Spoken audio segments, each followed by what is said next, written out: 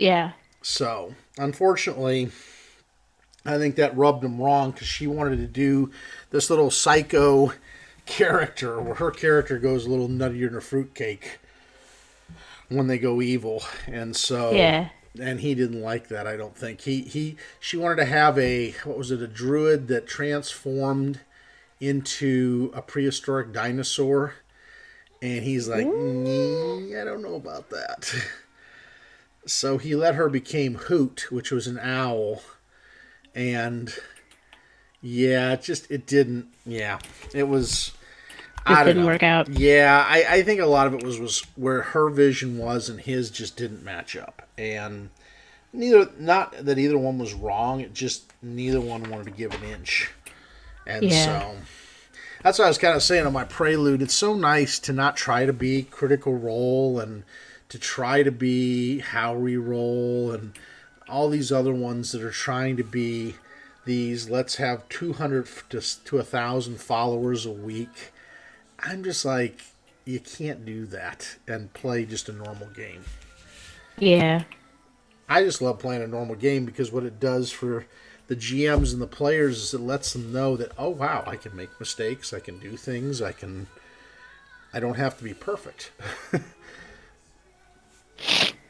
But, from what I'm hearing, Critical Role, I guess Matt got a few people lathered the other day with one of the things he did in one of the sessions. I don't know if Yeah. he killed somebody off or what it was, but he got a few people lathered. Ooh. Ah. Yeah, there was some negativity, and I was like, wow. But I guess that's what happens when you pre-write your things. It's not totally pre-written, but kind of they talk out ahead of time some of what they're going to do. Right. And yeah, it'll come back and bite you at some point. Yeah. So, but I don't figure they're going to continue that show forever. I have a feeling we'll see another season or two, and then he'll probably move on to bigger and better things. Yeah, I mean, it got so popular, and I more and more every day I'm getting like new articles about people getting into it. So yeah, Yep. set the Well, precedent, and then you can kind of move on and let other people carry the torch. yeah. I mean, honestly, D&D has become one of the biggest games now that's played of anything. I mean, it's and what they're coming out with. I mean, did you see all the fun stuff they're coming out with campaign wise? Yeah, You got Eberron coming out. You've got, I guess, that other one is that What is it, Raven-esque or Raven? it's yeah, I know what you're talking about. It's Raven something. Yeah. Isn't that Ravenloft's world? I'm guessing. No, Raven. I don't think so. I think the world of Ravenloft is it's a plane. Mm-hmm. So Ravenloft, I think, is just Ravenloft. Um, Yeah, I think Strahd was exiled or exiled himself in that area, out yeah, to their own little demi plane. That's at least what it was back when it was the original. I think it was like 3 or 3.0 Ravenloft. And then there was a 2.0 version of it too. They had a couple different. Yeah, because it goes back to 2.0 in the modules. I remember that. With Thakos and everything. So it goes back a bit. But yeah, they're developing so much more. I mean, I'm really impressed with how far they're going, and I think they're going to expand the classes, and they're going to do much, much more. yeah, So it'll be interesting to see how it all pans out at the end of the day. But no, I got a little bit excited. I've been reading more and more Starfinder stuff, and it really looks pretty freaking cool to play. I don't know if you guys have looked at Starfinder at all or not. some of my players have. I haven't really had the time. It's what it does is it lets you do several layers of things. It When you roll up a character, you can pick your theme, and your theme will add in where your bonuses are to your stats and your skills and everything else. And then you get your class, and that adds in things. And so it makes it so much easier for people to build characters with their races. You're not going into as much of the background and as much of the skills and traits and everything else. You get all that just in packages that you can package together. Mm. So if you want to throw a game together, so say you want to be a star pilot, it's really easy to do. And the roles are pretty cool. And then you have some things that can boost your rolls and boost how well you do, depending. And so it's really kind of cool. I'm looking at it going, yeah, I like this. The builds are really easy to work with, and then you can do starship stuff. So if you want to, you got a navigator that does the navigating, an engineer that does the engineering, a captain that kind of oversees all of it, a weapons officer. So literally, it's like taking the Star Trek or the Star Trek elements and putting them in as a starship. So pretty cool. Do you think they'll pull some of that into 2.0? Oh yeah, absolutely, absolutely. You can. I've got the books coming to me on the 2nd. I'll have 2 copies of that player's deal. And so what I will try to do is post up some things for you guys to see what they're doing. Now, mind you, this is the play test, and they'll tweak it and do other things. But yeah, I think they're going to make it much more cookie cutter, where you take your class, you can kind of flavor your race however you want to, and take, like, if you want like a deep gnome or a fire gnome or something like that, and you'll have a cookie cutter set of stuff you just put in there. And then it's going to help you so that your rolls, when you roll them, you're going to know what all your bonuses are, how it's going to add up, and everything's going to be geared to what you want to build towards. So you're not having to go, God, now what feat do I have to take at this level or whatever? No, you can take that path. So if you want to be a blight druid, they'll have a template for that. And then if you want to be a primal druid, they'll have something for that. But I think they're going to limit down some of the choices. They're not going to make it as intensive as it is right now. I don't know. I mean, it may be a good idea. I'm still kind of jury's out on it. Yeah. Because we put so much time and investment into these original ones for 1E. It's like, okay, now what do we do with them? If you go to 2E, then what? I mean, I think that at that point you can just like it seems like such a weird thing to say, but in some ways you just do what you want. Because like we started out playing Eberron, and then our DM at the time found out about Pathfinder. Yep. And he was like, "Hey, let's do Eberron, but we'll use Pathfinder rules. We'll just figure out like how to make that work." And so we did, and it worked, and we were like, "Cool!" Like, so for like all the 2E stuff, I think that largely it could still work the same way, where you just kind of figure out, based on your players, because your players are and your DM, whatever works out for that particular person's style is definitely where you want to spend your time. I kind of agree with you. I think it'll be really good in that sense. And there's a lot of people that are anti, pre-built worlds because they don't like to be told what the history of the world is or whatever. I think you'll see a large faction go into that and build their own. And that's fine. I mean, if I had the time and I had the the desire, I could build, a whole campaign up from scratch. But it just is a lot of work. And that's what these sandbox ones, what were we saying the other day? We were talking, I think, all of us together about, can you sandbox to the point of where you get nothing done? No, it was EVB. That's who I was talking to, because she's going to be next up on, I think, GM Tips. she was talking about that. She goes, her GM did a sandbox world, so much sandbox, that they had no goal. They had nothing guiding them. And so Right. they didn't know where to go next. And it was like, after a while, it got old. They're like, I don't know where to take this. Yeah, And I have a friend who does like sandbox stuff, and he spends a whole lot of time DMing. Like, he spends a lot of time in Dungeons and Dragons, and he's very opinionated about it. And like, I keep track of, like, we talk and we keep track of, like, I keep track of his games, like, just by virtue of talking with him. And where me and my players have been playing like 1 to 2 plots consistently every week for like years, he's constantly moving around between worlds, moving around between, well, sometimes the world is the same, it's this world, but it's like it might as well be a whole new brand new world for the value of it.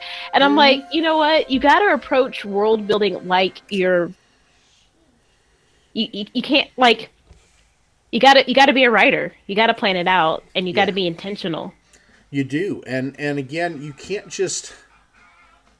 I mean, there's so much in that, and I did a GM tips on that one time. I said, do you realize what you have to do pre-planning wise before you even put pen to paper about how the layout of the world's going to be, what the countries are, and everything else? You literally have to think about what era is it in, how are the political systems on that world, how did they come about? Because you can't just say, okay, well, this country is fascist, this country is theocracy, this country is, and not know how they came together, because then you have no cohesive backstory.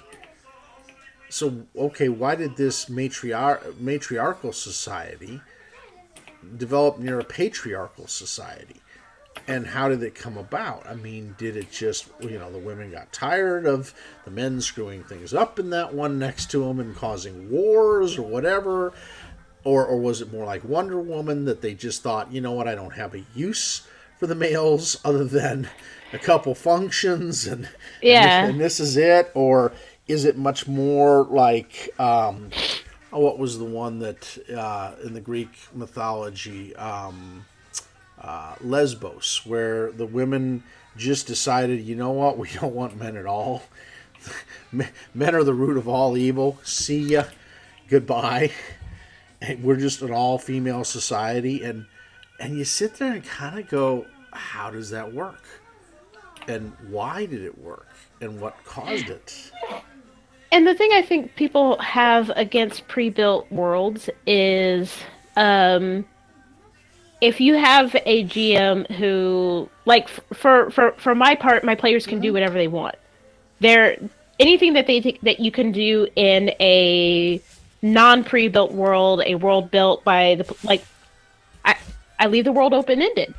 So I have a player who is constructing an elaborate crime syndicate. Is it a challenge? It is a challenge to manage all of that. Oh, yeah. But and I would say the bigger challenge is, the meta knowledge of players. Like, you're describing something, and it's on Kuthan, and the players know something that their character doesn't, and that does change their behavior. So that's a challenge as well. Oh, yeah. But in terms of what you're allowed to do, pre-built worlds don't have to prevent you from doing something. Exactly. And that's where, I kind of chimed in on the prelude to this show that I put up and said, the nice thing is you folks in this group are writing the history. And the last group wrote the history too. For instance, Terbafan is not on this world right now.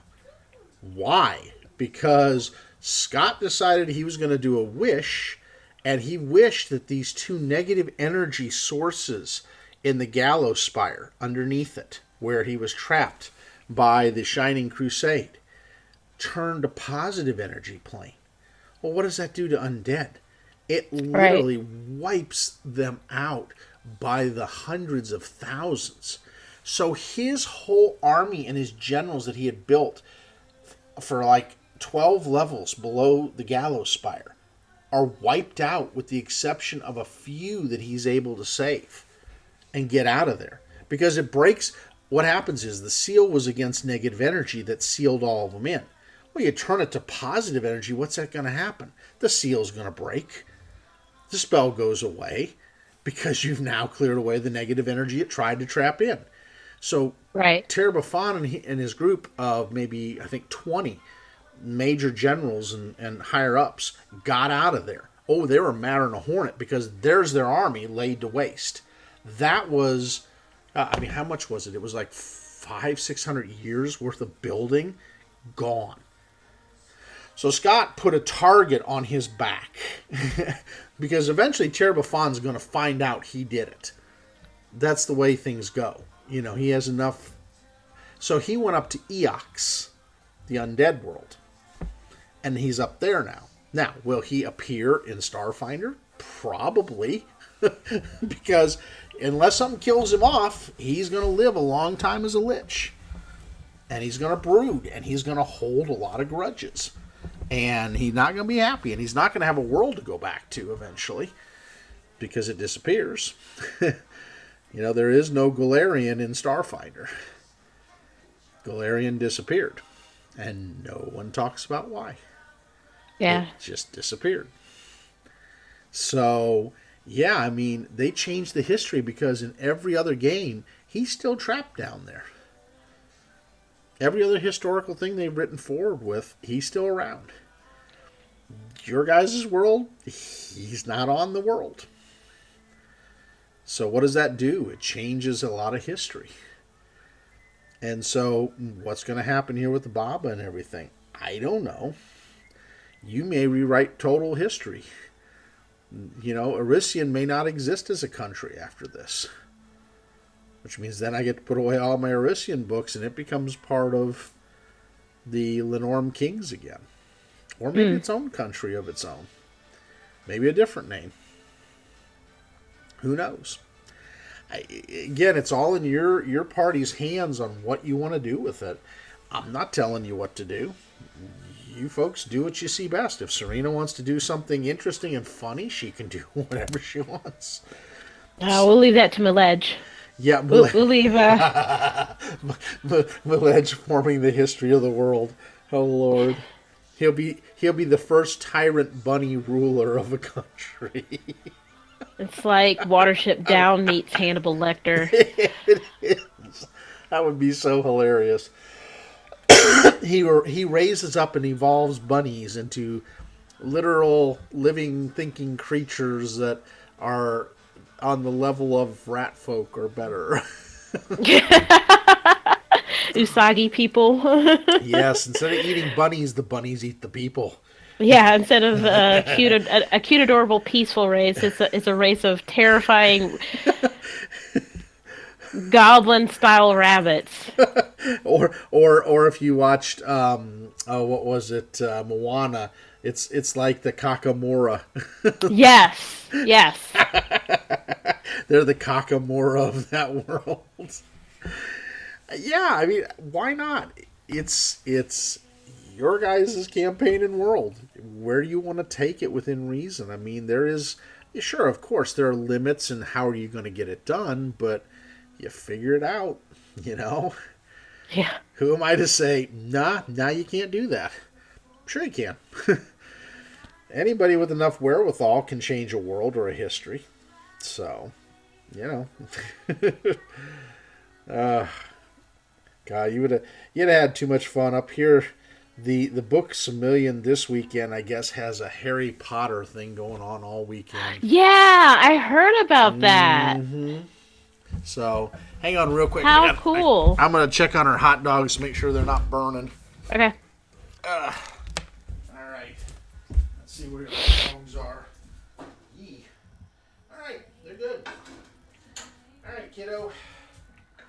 You left them just long enough to make them the way you like them.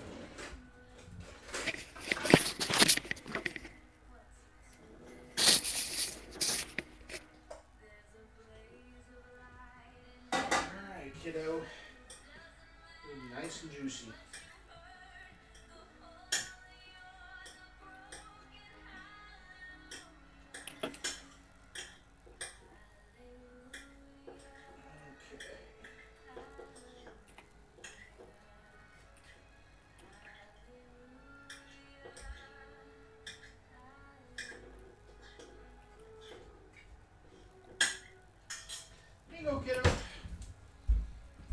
you ate those apples, didn't you?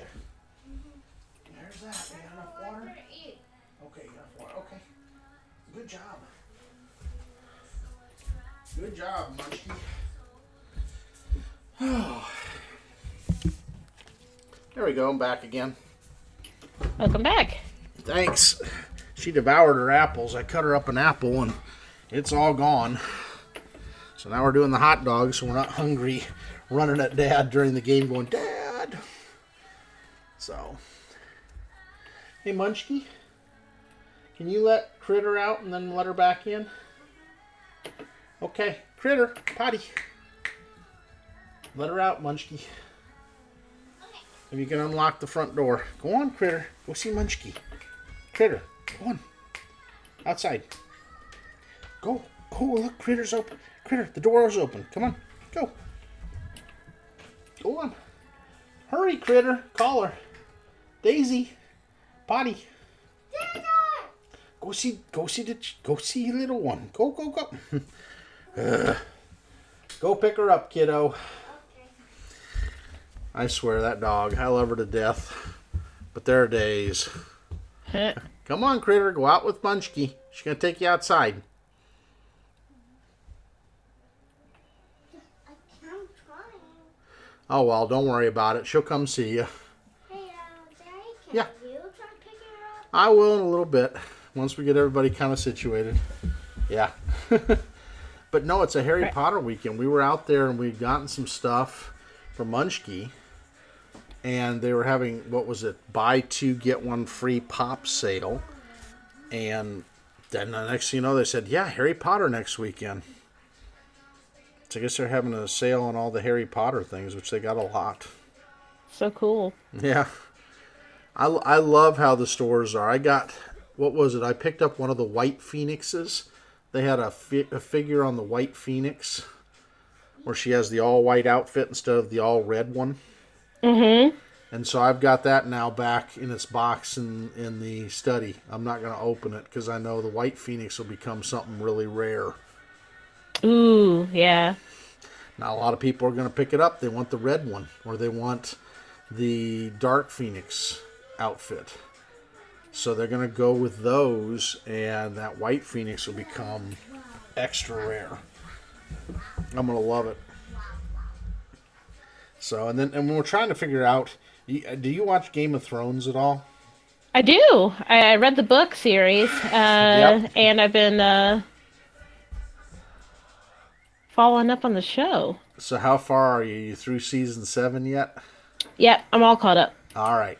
So who do you think is going to survive? If you had predictions of characters there, who would address do you pick for the survivals?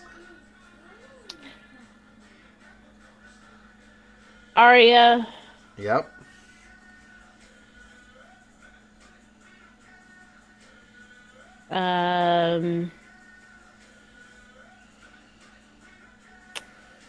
Daenerys.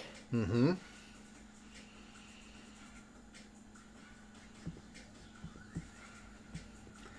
Any thoughts on Brandon or Bran?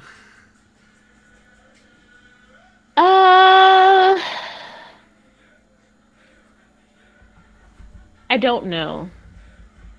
Because whether I guess yes, because he's the last connection, but at the same time, like, Mm-hmm. It's hard to, so on one hand, there's like an underlying theme of society moving forward or having to move forward, Mm-hmm. and you've got the past and the future violently bumping up against each other. Mm-hmm. Bran now represents a piece of the past, and he could either die, Mm-hmm. and then the connection to the old world is fundamentally broken, like there's no direct line to Mm-hmm. the old world anymore. Mm-hmm. Or he could live, but live separately from the new world, but always be watching the new world without interfering with it. And Right. either way is valuable. So I can't say for sure that he would live. I agree. I think you're on a good little path there with it, because it's kind of like, what's going to happen here? And yeah, I hear things that everybody's kind of consensus is the White Walker King will be dead within 2 episodes. Because they said everybody expects a long, drawn out, Tolkien-esque type of battle. And one of the 2 statements that Martin made is he doesn't want to produce another Sauron. So, in other words, he's not going to have this long, drawn out thing at the very end that the White Walker King dies. They think he's gone in 2 episodes. Which, I could buy it. With the episodes being longer, I could buy it. Mm-hmm. But yeah, I don't know. I mean, I don't know if Arya's going to kill Cersei, or Jaime's going to kill Cersei, or someone else is going to kill Cersei. I want to say that Tyrion would survive it, but the Lannisters are one of the old families. Mm-hmm. Like, Daenerys is part of an old family, but she's a Targaryen who's...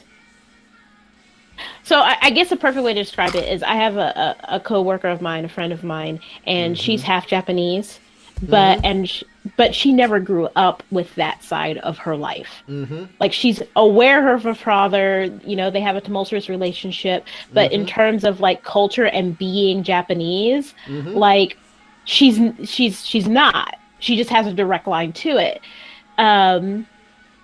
And Daenerys is the same way with the Targaryens. Mm-hmm. Like, she's a Targaryen, I guess, because, that's the family, but she didn't grow up Targaryen. No. She grew up, Dothraki. Yes. So she's a Targaryen, but she's a new Targaryen. Yes. And she's got new ideas about how to rule. So the fact that she survives as an old family is because she's not really an old Targaryen. She's a new Targaryen. Mm-hmm. Tyrion, I like the idea that Tyrion is actually a Targaryen. That would make me really happy, and I would like that the Lannisters, like, I think the Lannisters, the Stark, all of the old families kind of, that are major old families, kind of have to, air quotes, die. Mm-hmm. Because the world is becoming a new world. I tend to agree with you. I think Sansa, I don't think there's anyone that doubts Sansa will be dead in the first part. She's not going to survive.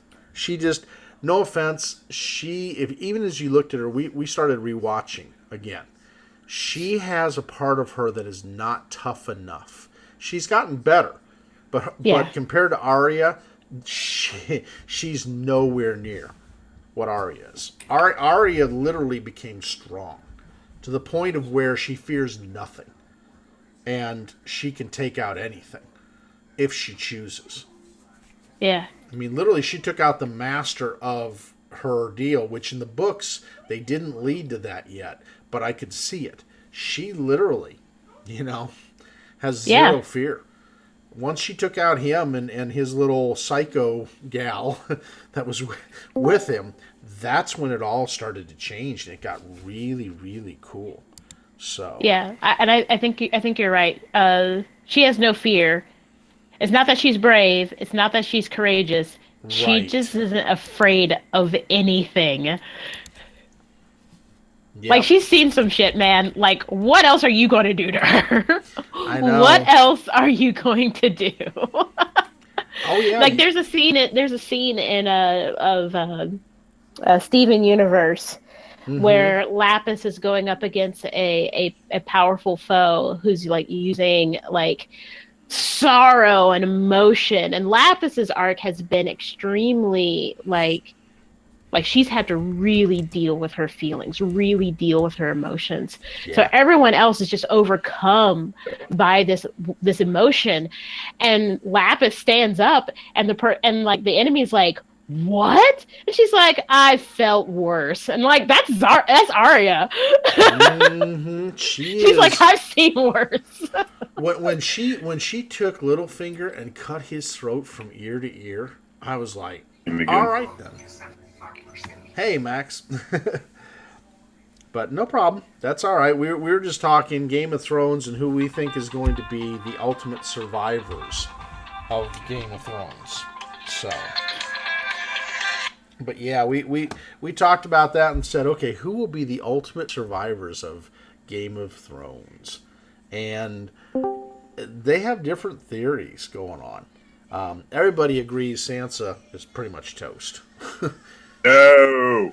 Yeah, Sansa. No offense, I want her gone myself. I'm kind of tired of Sansa. She has never gotten there. She doesn't get it. She has the bet. No, Sansa and Jaime. I want them and both. I say this is Redemption. As I say this as a writer. Sansa and Jaime both have the best character arcs and have the most growth. Absolutely. Of any of the characters on the show. And that's why you put the red X of death on them, just like you did Robb Stark. And I would agree with Jaime, for sure. For sure, I would agree with Amy.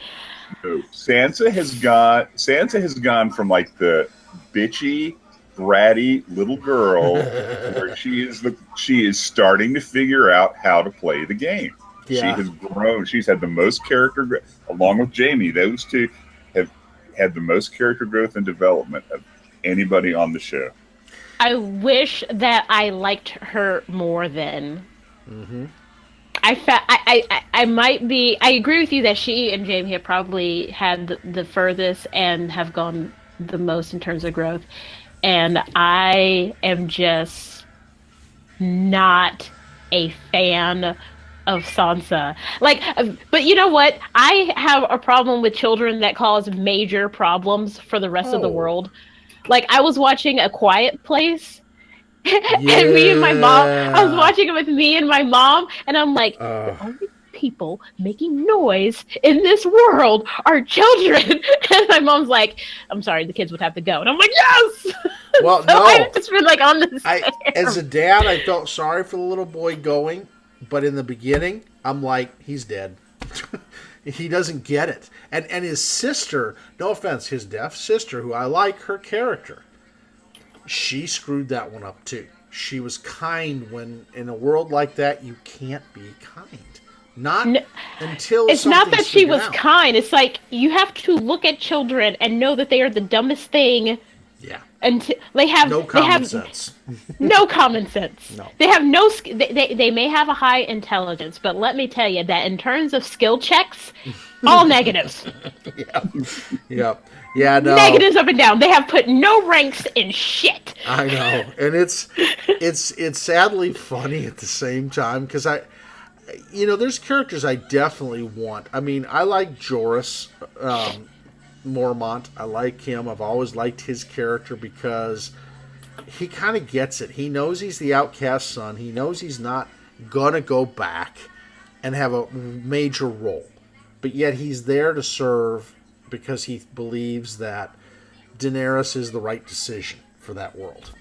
And I love Jon. My honest opinion, Jon Snow is dead in 2 episodes, and he's dead killing the White Walker King.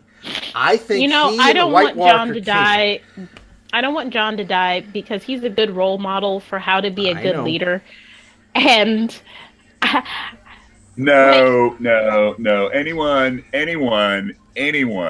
who breaks out when he's got infantry, who breaks out of a mass formation against cavalry like he did in the Battle of the Bastards is not a good leader. He's an idiot.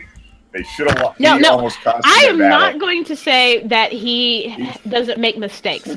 He does make mistakes, and he is prone to vulnerability. Yes. But on a day-to-day, if I had to say who was going to be my direct report, like in terms of like who I report to, who I want signing my paychecks and telling me whether or not I'm getting a promotion, I'm picking Jon Snow. Yeah, he's kind of that mixed character. Tyrion. Yes, Tyrion. Now, I like Tyrion not because he's sarcastic, though I love that part of him. He really sees the world with open eyes. That's true. And he doesn't mean harm. Even rewatching the things, I love watching him talk to Jon Snow when he's going up to the wall. And he doesn't sugarcoat it. He lays it out. And yet he takes no insult from him from Jon calling him imp and everything else. He actually takes it as a respect term, because he realizes Jon isn't an idiot like so many others. And Tyrion is not afraid to slap the heir to kingdom a few times to tell him, you will do the right thing. You remember when he did that to Joffrey? Smacked him I'm a little bit times? torn now, because now I'm thinking, who do I want signing my paychecks? Would I want it to be Jon Snow or Tyrion? See? I think and Tyrion... now, Tyrion. I mean, like, Or who's got my back the best? Tyrion would, because if you watch what he did with Daenerys in the pit, where the Harpies came out and were going to slaughter everybody, Tyrion stood up, and he wasn't afraid to stand up. And that's a different Tyrion. Now, the Tyrion in the beginning He cut may out not after have done that. you said pit. Oh, you're cutting out real bad. You're cutting out real bad. Let's go back and see if I got to reset the settings on this again. I mean, it didn't seem to get bad until we started getting more people on. So Yeah. I don't know. I don't know if you want to do a speed test and make sure like nothing's going on your end. Well, it kind of got red for a little bit, but then, let me see. Let's go down a little bit on the input. How's that sound? A little bit better? Yeah. Okay. Yeah, no, I don't know. Here's my thing: is that Tyrion? I feel like Jon is emotionally stable for the most part. Yes. I feel like he's predictable insofar as like what he's thinking, his state of mind. I think he's less predictable. But see, I think you know everything that drives Jon. Like, Jon doesn't do anything where you're like, what the fuck were you thinking? Like, you know what he was thinking. Yeah. You just may not agree with what he was thinking. Exactly. And how he got to a conclusion. Tyrion, on the other hand, I don't know if when he walks in, he's having a good day, and he is scheming up a scheming storm, and where I'm going to be in that scheme, or if he's having a bad day and he can't concentrate on his elaborate schemes because he's having a bad day. Yes, that's exactly the perfect Tyrion right there. Love that. That's like, he'll get over it, and I know that he will, but it's just the time period where he's got to get through what he's got to get through. He is not the most useful human being. Well, I would say Tyrion is probably, the Tyrion character is well mixed into Painman, that's for sure. I would think they're similar, at least, on my opinion. But now, again, Tyrion's more honest. I would think your character would be more of a Varys and Tyrion mixed together. Tyrion's sarcasm, Varys's spinning of the web.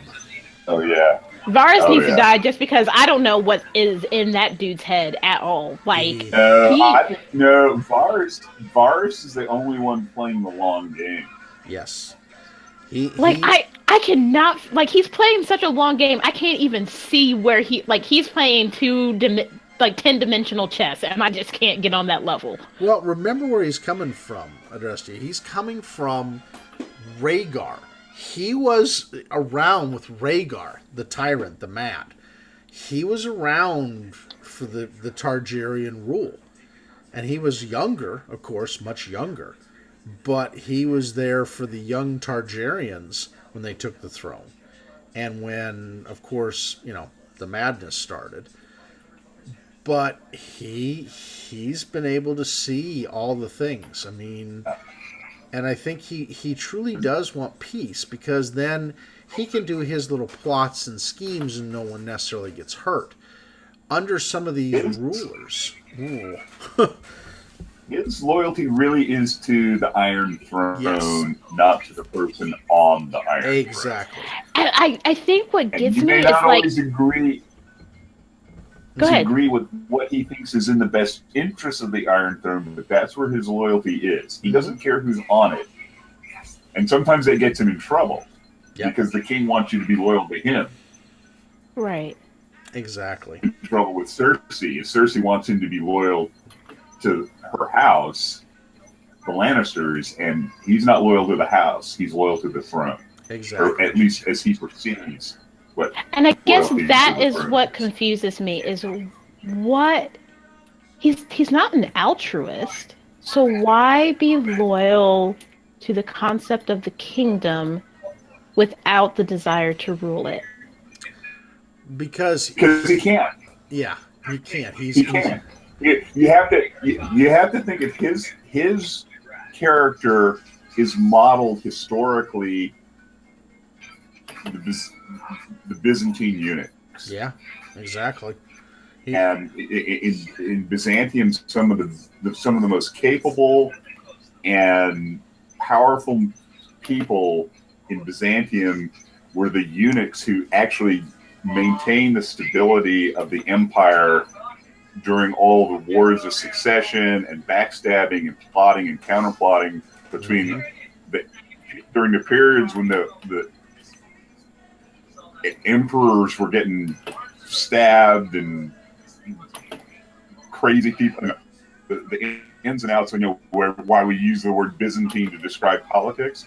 The guys who actually kept the Byzantine Empire intact were the eunuchs who served in all the kind of positions like Varys. None of them were like, well, some of them actually became really prominent as generals and things like that, but they were all able to outlast and stay in their positions of power because they weren't a threat to anybody because they couldn't have heirs. So they would get appointed and they would last through 4 or 5 emperors because they'd never get kicked out because the emperor would just be like, oh yeah, you're not a threat, you don't have kids, I don't have to worry about your dynasty usurping my dynasty. And so they would provide this stability and this long-term vision of what was best for the empire, and they would operate at that sort of like, they would operate the bureaucracy of the empire so that kept all flowing smoothly. So the taxes got collected, the bills got paid, the armies got raised, the crops got, all that stuff that had to happen to keep the empire functioning was carried out by this class of eunuchs that was in Byzantium. And that's why it lasted as long as it did, as that kind of, weird outpost in the East and the Eastern Orthodox Church, and cut off and was able to go its own route. Whereas if you look at what was going on geopolitically around it, by all common sense, it should have fallen right after the Roman Empire did. It shouldn't have outlasted the Roman Empire by 1,000 years. But that's what made that all possible. And Varys is based on that. I mean, Martin's based a lot of that book on the War of the Roses, but he's imported these other aspects of history, and he's mixed things up, like the Martells are kind of like this weird mix of Aragon and Wales. He's kind of like blended them together in this little weird hybrid. It's really cool. So and he's done all that stuff, I think, just so you can't sit there and go, how is this gonna? Yeah. Yeah, because if you just look at it on a one-for-one basis and go, oh, it's straight up the War of the Roses, you would know. You could go, okay, well, that's so-and-so, and that's so-and-so, and that's so-and-so, and you would know. Yeah. Exactly. Like, if you know the history, you're just going, okay, well, the Starks are the Percys. Exactly. and Sansa's going to survive, because that's what ended up happening, is the Percys survived, but they ended up... line actually survived by one of the Percy daughters marrying another noble line, but that noble line, since they were a lesser house, they took the Percy name.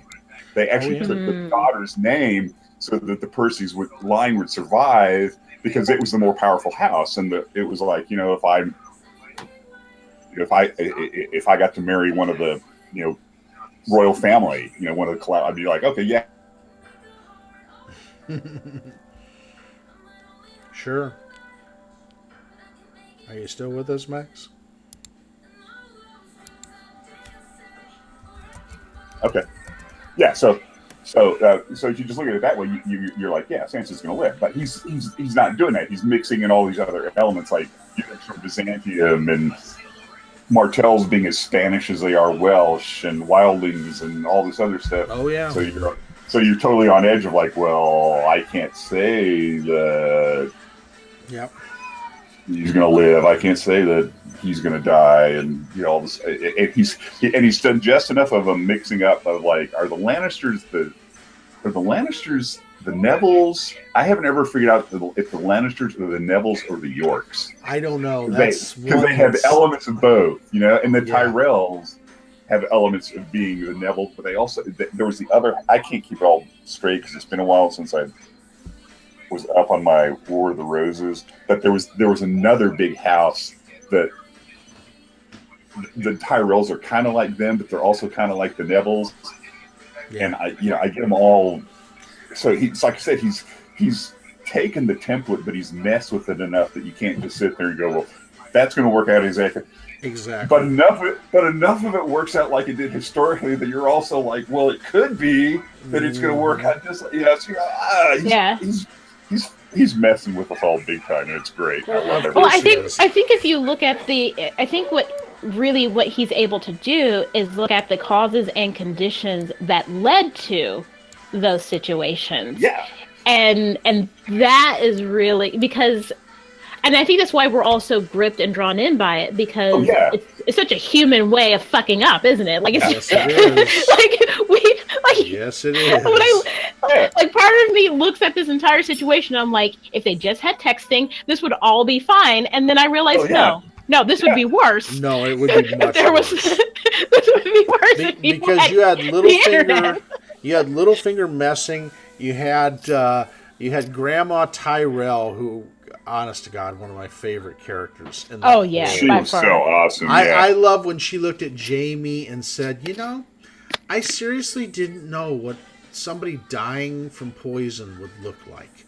And I'm like, oh, you are so just wickedly cruel, but yet to the point.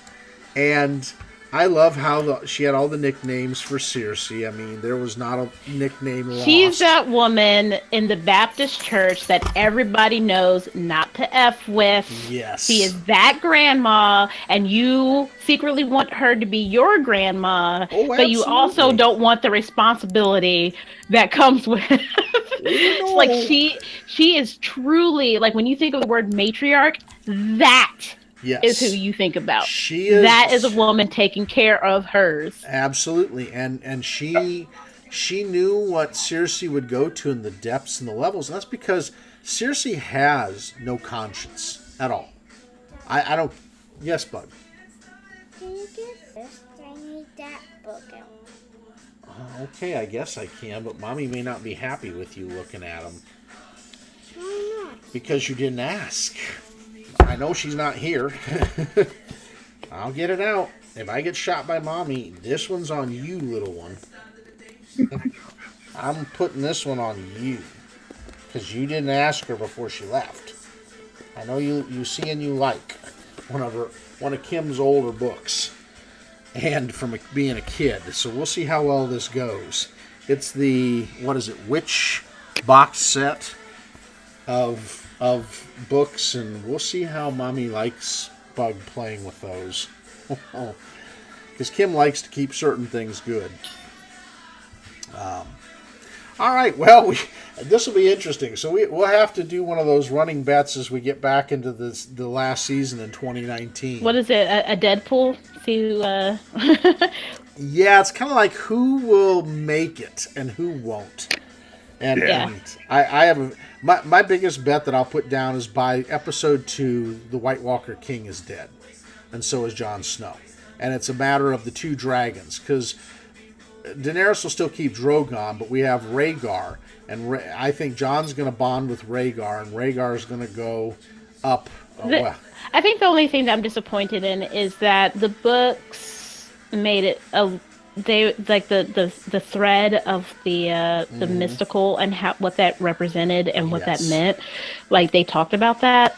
So it's kind of but the show for various reasons Stayed away from it. it like obfuscates it, Yeah. and I can't figure out in the plot and subplots what the Night King, the dragons, the gods, and the omens, what they mean. Like Yeah. I saw the Stark wolves as They played the old world, the old voice, protecting they the were Stark house. yeah, they were very much the guardians. Like the Starks were being protected by the old ways. Like that was their protection, and anytime they kind of strayed away from that protection is when they ran afoul or something. They ran afoul of something. Like you haven't seen Ghost, like hardly at all. No, and he was a major part in the books. And he was a major part. So Jon Snow without Ghost is like Yes, I don't hobbled. understand. He's almost hobbled. Whereas Well, this, I don't consider him hobbled, but when I'm reading the books and I'm seeing his relationship with Ghost and the fact that Ghost stays with Jon reasonably, make sure that he's aware of where Ghost is. Like he has a connection to the old world that's very sensible. Like he's not trying to force it or anything like that. It just works. Because Jon is an old soul kind of character, he is. and I can see that. And Arya, the fact that she doesn't have her wolf, but her wolf is doing her own thing, and Arya's doing her own thing, and they're both bosses. I'm like, yeah, that's all right. Yep. That's who they are. I like this. And Daenerys with her dragons, like Yep. that is her coming into her power. Yeah. And what does a new world look like? Like, do the mystical stuff, is he trying to say that the mystic stuff should go away? Yes. Does it have a place in the narrative? I have no idea. I think he does, because if you remember and kind of summon it down, you remember even on the TV show they gave the session where Bran, the three-eyed raven, was talking to the children, and they were the Fae of that world, and kind of their lead-in is, we created this nightmare. The White Walker King came from a normal human man that we converted and tortured into this creature because of what they were doing to us. That's on the show too. And yeah, I love that they included that, because that is such a pinnacle moment. And if you look back to the flashbacks that Bran sees, you see the guy who's turned into that. And he was just simply a bannerman under one of the houses. I believe it was under Stark, to be correct. And was converted by them. And they regret it because he became their undoing. And he's so bitter that he doesn't care. And that's like, I knew as soon as I saw Daenerys going in with her dragons, I'm going, oh crap. I know what's going to happen at the end of this episode. And I knew he'd be flying on one of those dragons. Because what happens, you kill the dragon, and those are young enough dragons. I mean, in our gaming, those would be young adults. So they're vulnerable. Fortunately, it's dead, adult. So even still, like, he has complete dominion over the things that are dead and live again. So whether it was an old dragon or a young one, he would be able to control it. We're seeing like a Dracolich or a Revenant dragon is what we're seeing come back, and it's a nightmare. It's a mix between a white and a dragon, and it's not pretty. I still would love it if it were mine. I tried to convince my friend in Australia to send me some of their giant birds, because if I'm not allowed to have dragons and I'm not allowed to have dinosaurs, then I should at least be allowed to have, emus and cassowaries and an army of them. Oh, Lord. The part I didn't understand is why the White Walkers tore down the wall that was protecting them from the Lyanna Mormont. Oh, I know, but you know That what? girl is hashtag goals. Yes, When I grow up, I want to be her. I know. yes, she is. For as young as she is, she's scary. It's like, who raised you and can they adopt me? Yes, Because I need to exactly. get my life together, She- and clearly I'm failing. Well, and you notice how she runs all the other houses. Her voice literally guides the other houses, and they don't question her. I want that girl to run for like president, for senator, president. empress of the whole wide world because she's amazing. I know she is. I mean, let's be honest. For that young, she is kick butt. You don't take no crap, and she is going to make sure her house survives. Gotta love Yeah. her. Gotta love her. All right, folks. So Have you seen the meme where it's her photoshopped into the 300 poster? no, I haven't seen that. I'm about to go look that one up, or maybe Akeisha can find it for us and post it up on here. You never know. I would believe that. I would totally. I mean, they need more strong female characters. I mean, don't get me wrong. Cersei is strong, but in the wrong direction. She is psychotic. I hated leading Dame Tyrell. To me, she was my hero of all women. She took nothing. She knew how to talk to men and put them in their place. She did that with Tywin Lannister. So come on, she knew what she was doing. Well, the problem is the strong ones keep getting killed. Of course, most do. of the strong male characters get killed too. I mean, They everyone do. gets killed. They do. I find Cersei to be not psychotic or sociopathic. She is insecure to the highest degree. Yeah. She's so like, I think she has a conscience, and I think she has buried it so deep because she's like, I gotta prove to my dad that I can be just as awesome as the boys. Yep. And she doesn't realize he doesn't care. He has never cared and will never care, and she has driven herself crazy with that. True. I mean, and everything she does to try and fix it never works out because she doesn't realize. Stop caring about your father. Yeah, he's dead. And try not to be. Yeah, and just why don't you try to not be a jerk? Have you tried not being a jerk? Nope. Okay, well, continue. But that's Daddy's little girl, and that's how girls are. And no she is offense to Tywin it. Lannister's daughter. That is for darn sure. She is Daddy's little girl, and she wants so bad to just have him once tell her, "You are amazing." Had he done that once, that girl would be different. He has never told her how worth anything she is, other than as a pawn in the game. And that has just made her driven to say, "Daddy, I am you. Watch. I've watched everything you do. I know how Papa, to can you hear me?" Yes, I'm sorry. exactly. Sorry, not sorry. All right, we'll wrap down on this, otherwise we won't get into that right. game. So, okay, so to catch Max up a little bit, last week the party went into and found this cove cave where they were told, directed by Baba, to take the Athame. It had, of course, the carnivorous crystals that were on one side that you'll see on the map that I popped up for you. That was then blocked off by Josh. You were probably there for all those. Then we went into the room, and within that room with the pool, the party, you and Remily and Ragni, found a three-headed Lenorm. And the Lenorm was not too happy about the party coming into the room to disturb that big plot of treasure in the back. I do emphasize treasure. The party took on the dragon, with Painvin, of course, protecting the treasure and diving into the treasure. Because the treasure had to be saved from the evil Lenorm. The party took down the Lenorm, was directed to put the Athame into the Lenorm. It turned a golden color.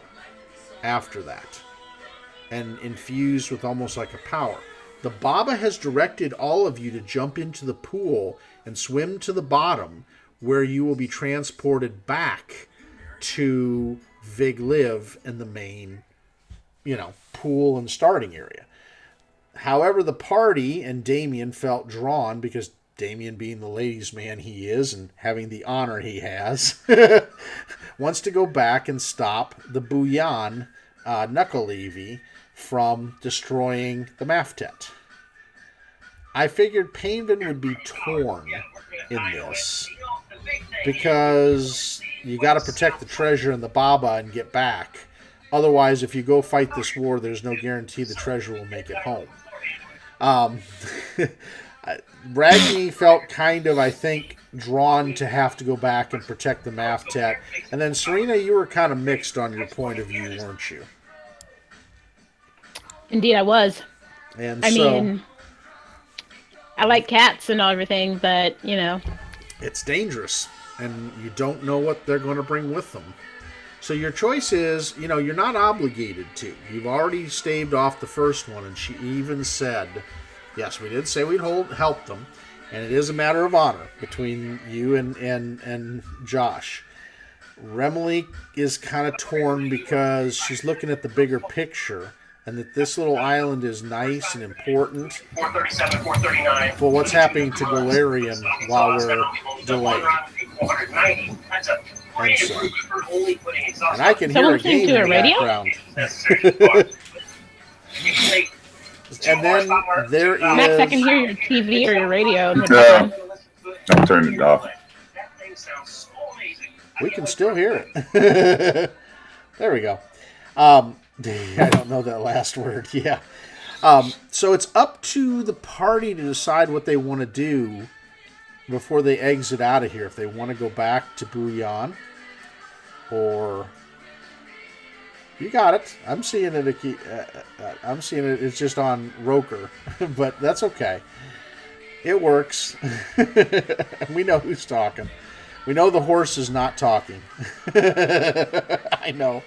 Well, you may have to click on your character. Go up to the eye with the little figures next to it and click on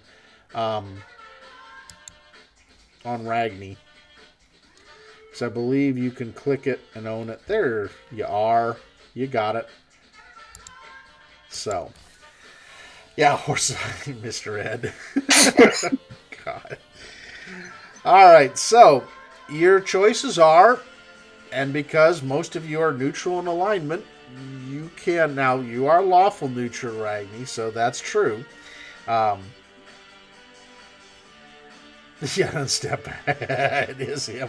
Or her. It is her. She's telling you, as a horse, as a Pegasus, she feels obligated to go and save the Maftet.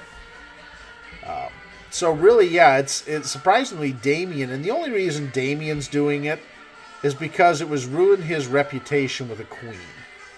And he's already ruined his reputation enough. You're cutting out again. Can you turn it down a little bit? All right, let me see. Let's go here and see if I can adjust. All right. Connections. Where's my connection at? Yeah, there's that. Voice and video. Okay, determine. Oh, that's why it says automatically determine the sensitivity. Can you hear me at all? Yeah, and now someone else is listening to the radio. All right. Yeah, that's Bug in the background. I told her to turn it down a little bit, because she's got, like, the music channel on. So, yeah, I mean, so it's up to all of you. Remily's vote is torn. She's leaning towards going back because of Galarian. And not wanting it to be a popsicle.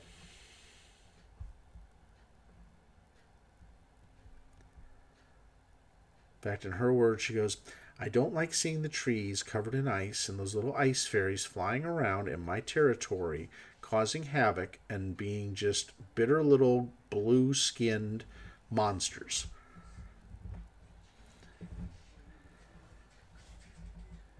Okay. So Ragni votes going back and squeezing a little bit of help. What do you think, Painvin? What's your thoughts? Painvin is just staring at the treasure pile. There's a little bit of drool coming out of his mouth. So Painvin's leaning towards taking the treasure and going back. Painvin is trying to figure out how he can take the treasure and break the geas. All right, so Serena, what do you think? You and Mulej. Well, we're not going to ask Mulej his opinion. He will freely give it. But even if we ask or not, So Serena says, "Well, it's not like it's going to take terrible long. I mean, Painvin and Damien and Ragni, you guys are really good at killing things, so we should be able to handle this very quickly. And then I'll heal you, and then we can go back." All right. So then Damien, we know his vote. Damien's automatically going to be we go back. So technically we're leaning to 3 going back and 2 going into the water, with Mulej being an abstain vote, as is Rokir. He did not register the vote. He tore up the ballot. That's his fault.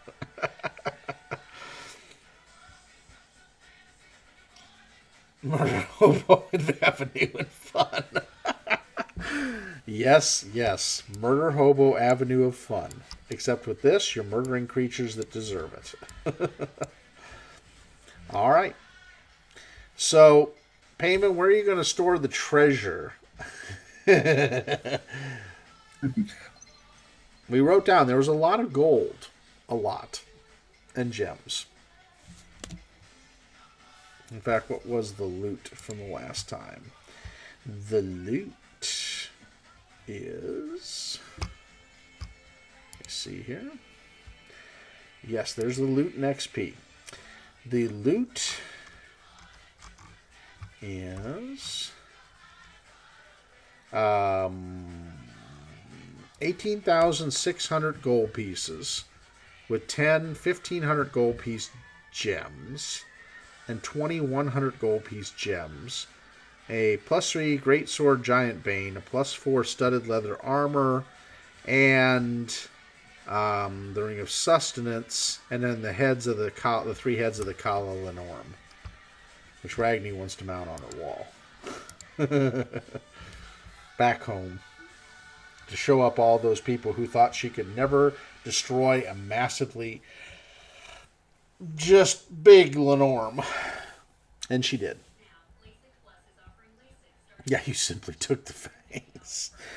To turn them into daggers one day.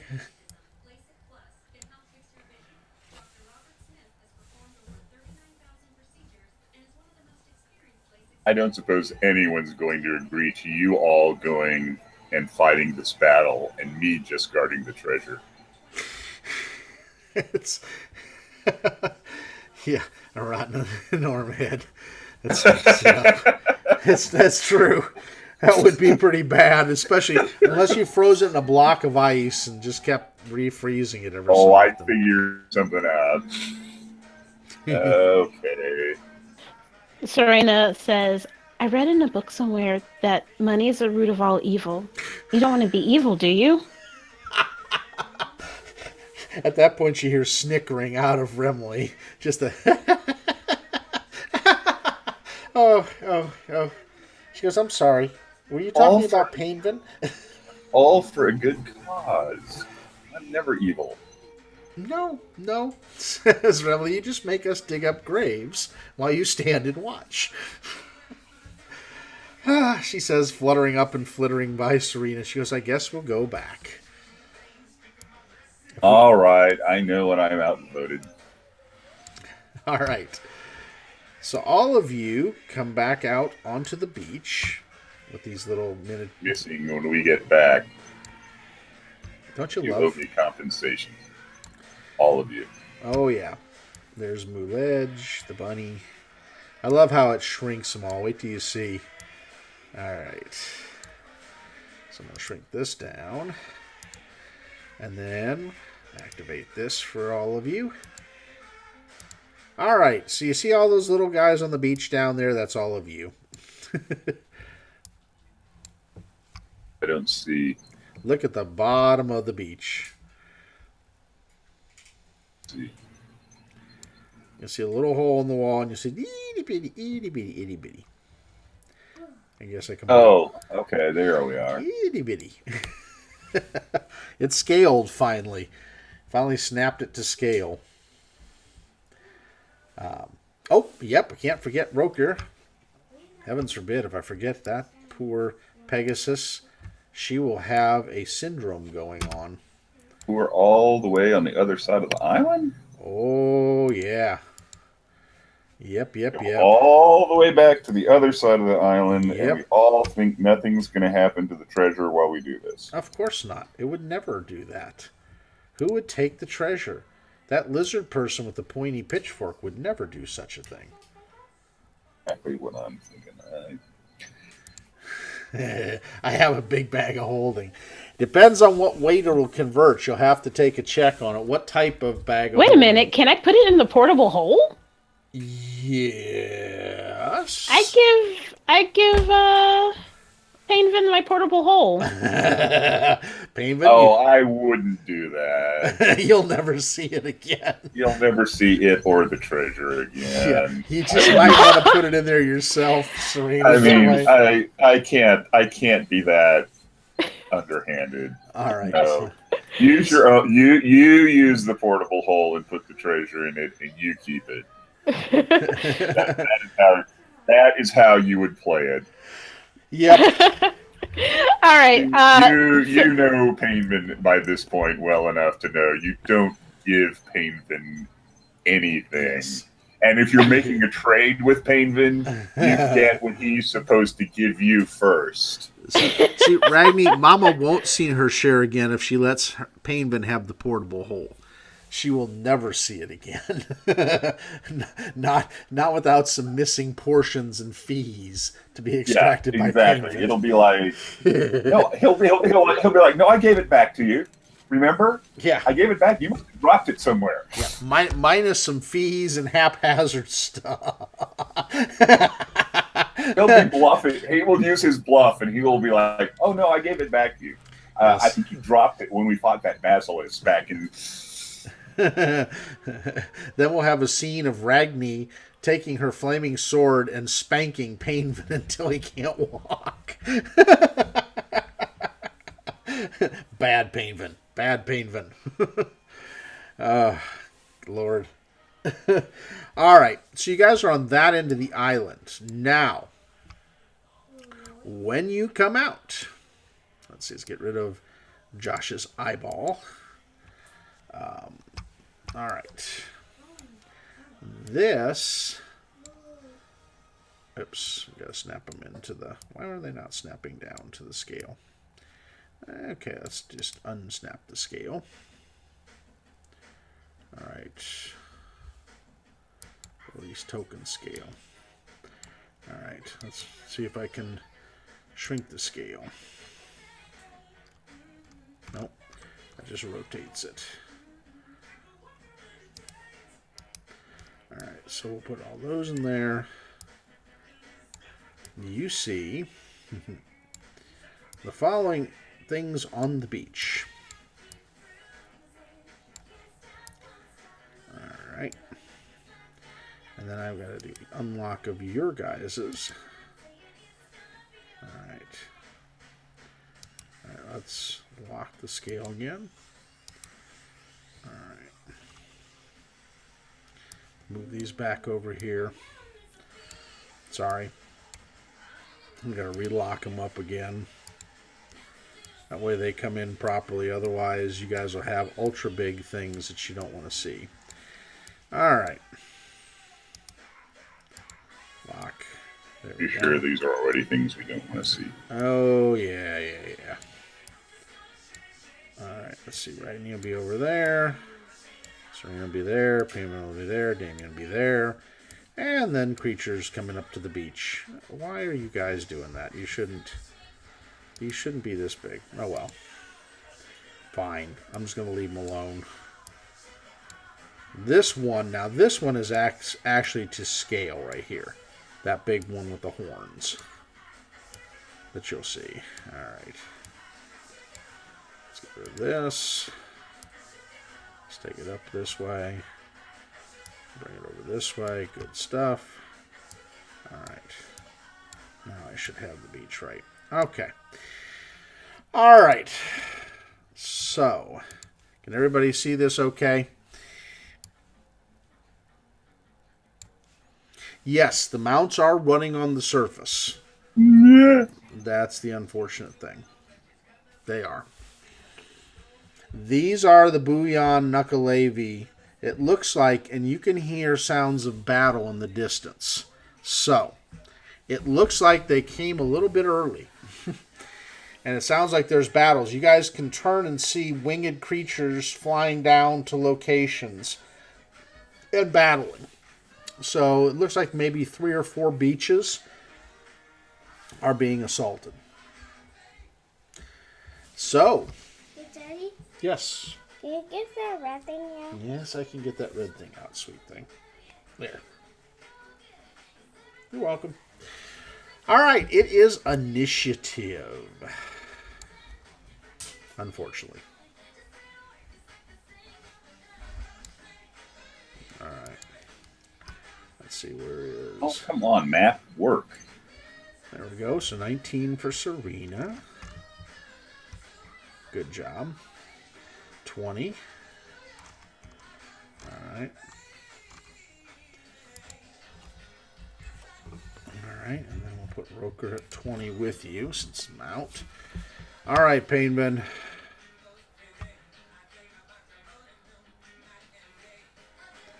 So you got 23. Let's see if I can do my initiative for my initiative roll thing. All right, here's the roll. Now, if you ever want to do it from your sheet, just click open your sheet and then grab over the initiative number and drop it over the talk screen, and it'll roll it for you and do the automatic adjustment on the combat tracker. Same way with rolls to hit. If you go under the actions and grab on to the number, so whatever the plus to the attack is, and drop it over the talk screen, it'll automatically put that initiative into your deal and factor it. What the heck are these things?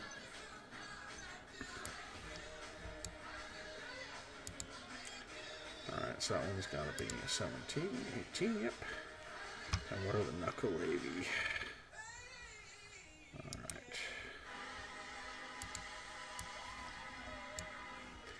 Alright, and these are plus 10, so 16. Alright, perfect. Alright. So, and then, let's see, who else hasn't rolled? Muledge is going to be on the same one as you, which is a 19.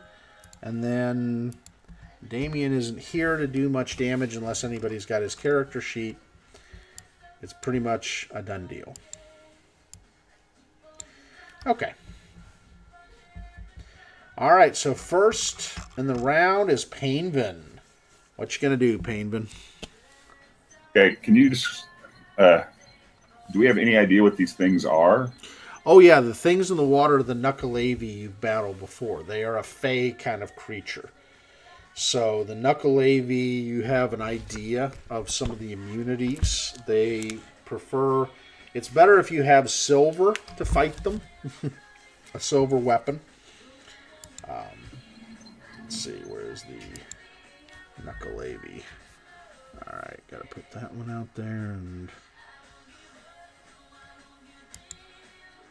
Yep, there we go. And then the Buyan Nuckalevee.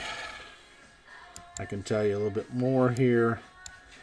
Alright, so for them, the Nuckalevee are basically amphibious. They are not totally immune to cold, but cold doesn't do as much damage. Fire does no damage to them. And cold iron actually is the best thing, because the Fae doesn't they don't like cold iron, anything fey, Okay. including you could harm Remily with cold iron. That's not her favorite thing in the world. Yeah, but why would I? Yeah, exactly. Okay. What's the other big thing? It looks like a large creature with a scorpion stinger and a head. Let's see if I got a picture of it for you here on the images. Let's see. There it is. It looks like this. You're guessing probably a demon, since the other things that came up against them were demons. Oops, sorry, I'm going to edge you right there. But you're figuring it's a demon. It is a large creature, probably about 9 feet in height. So you're facing something that's 9 feet. The Nuckalevee themselves look almost centaur height. They're large, about 8 foot. So all of them are large creatures. You know the Nuckaleves like to use the weapons that they have. In this case, they use a masterwork longsword in their hand. Okay. So do I have time to do a knowledge check on this thing? Sure. You absolutely do. If you got knowledge planes, you absolutely can do it. I do have knowledge. Yeah, it's, let's see, the knowledge normally take, for a basic question on it takes about 15, a DC of 15. Really tough stuff like detecting what's going on with it, it takes a little more. You've dealt with demons before. You know that good swords, good aligned swords, hurt them, and they're not very. That lightning does nothing to them. So your lightning bow would do nothing if you have the lightning up versus the brilliance. Yeah. The brilliance would hurt them, but the others not so much. And that they do have spell resistance. Most demons, especially larger demons, tend to have SR of some sort. That's for reasons, yeah. For reasons known to you and to me, Payman does have a thing about demons. Mm-hmm. So he is probably going to take a shot at that thing with said brilliant bow. So, yes, greater rage time. If I'm right, she can do that as what, a quick action because of her being mythic. I think she can do rage in a quick action and get up there and be raged. All right, so go ahead, Damien, or go ahead, Painman. Thinking Damien. So Damien is not here now. It's conceivable from where I'm. I mean, I don't know how literally I'm supposed to be reading this in terms of where we are, but is that a flank shot or not? It is actually facing Damien. So no, you would have to. You'd have to work your way around to where Serena and the ledge, or go out towards Ragni and Roke here, out the other direction out here. Sorry. Okay. And these are 10-foot squares, by the way. All right. Well, I'll take a 5-foot step. There we go. Put you out of the thing there and put you there, because those would be that way. You guys just came out of there. All right, so you're going to take your step. Go ahead. Can you move them over? You can move them if you want to. Those are 10-foot squares, by the way. That's about 5. Mm-hmm. So you're right over Serena. Not actually standing on. I'm sorry, I didn't mean to actually put myself on top of Serena. Yeah, he just climbed up on Serena's shoulders. So fresh, sir. So fresh. Now she's on top of me. Why does it want to put us on top of? I don't know. Let me see. Let me are we locked? Let's lock tokens. There we go. There. Now you shouldn't have to. There. Okay. And I'll shoot at him. All right. Be my guest. With a... Where is my... I would just click on your action tab and then just click over the plus for the bow and just roll it out there. There you go. Oh, geez. No, 40 would never hit a demon. No. Come on. Yes, you hit it quite handily. Good. For whack. There's my... Unfortunately, I'm not going to do much damage without a flank shot. But yeah, but you still do damage. It's still damage, and like I said, I just have this thing about demons. Yep. All right. So...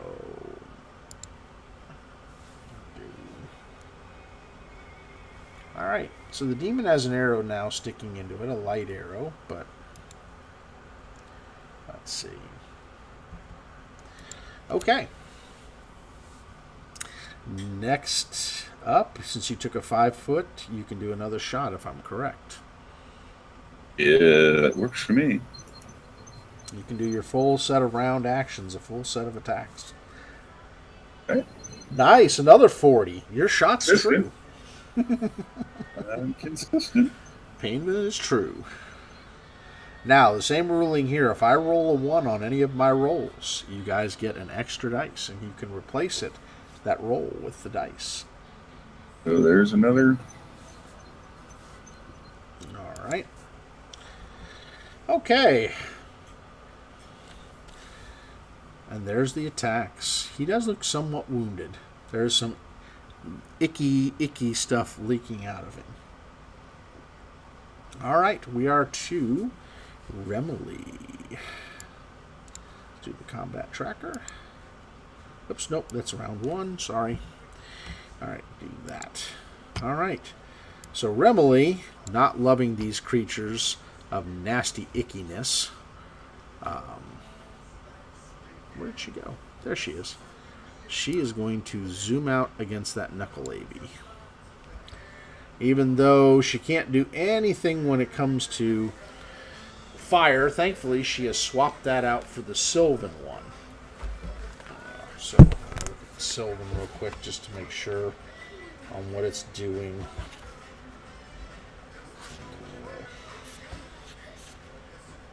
Alright, where is it? Sylvan.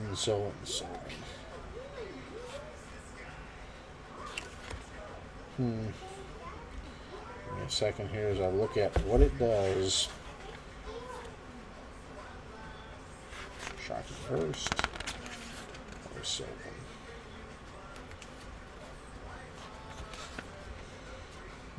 Okay, alright. Alright, she's going to do her rolls. Yeah, that's about what I want to say some days. You're welcome. I think he understands it. Dwayne Johnson understands this game better. Alright. Do all the rolls. Alright. Crits an 18. Haven't rolled a crit yet, but rolled some serious hits. Alright. And then the last one. Nice. Alright, so all hits. Let's see.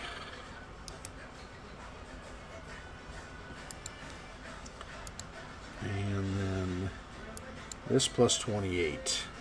So she does 46 points to that Nuckalevee, the knucklehead. Alright. Which is not looking too happy. Alright, next is Ragni. Go get him, Ragni. Right now, they're just out there just kind of looking at all of you, shocked that you came out of that location because you weren't supposed to be there. Not in their mind.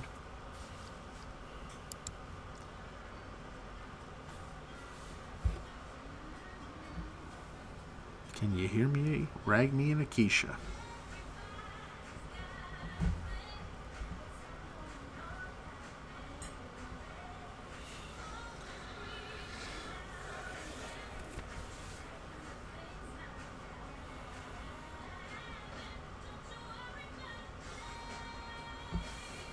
Okay. So can everybody else hear me okay? I can hear you. Ragni just said she was going to be back. Oh, okay. Um, Well, I can roll her rolls if we need to. Let me open her character sheet. There we go. She's back in time to do her rolls. All right. Welcome back, Akeisha.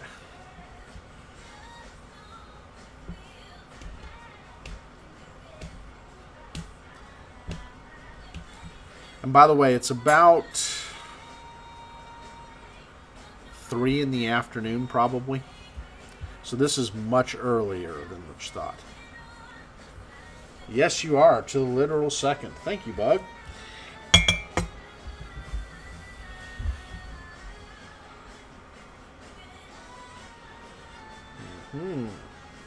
So go for the rolls, Miss Ragni. Give me some popcorn now. In a little bit, sweetie, I will. Secure the knowledge thing.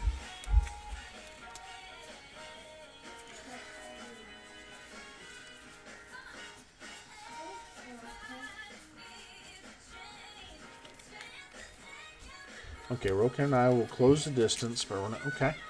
Alrighty. And you can easily do it and get all of your attacks. Rokir would actually get all of her attacks too, because it's about 5 foot away.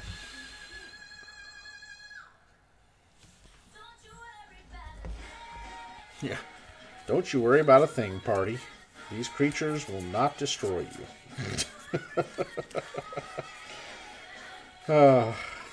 Doesn't that make you feel better hearing that? Don't you worry about a thing. I don't know. It could be ironic. It could be like ironic. I don't know. I don't. We'll see how this battle goes to determine how I really feel about it. I love the songs in the background. At some point, somebody is going to watch one of these and go, you know, that song just is so wrong for that situation. And I'm not in control of them. It's just a streaming channel. I can't tell you whether to worry or not. I know Painbin always kind of worries about a thing. Janet, can you turn it down a little more? It's kind of loud again. Just a couple notches. There you go. It's amazing what a couple notches will do.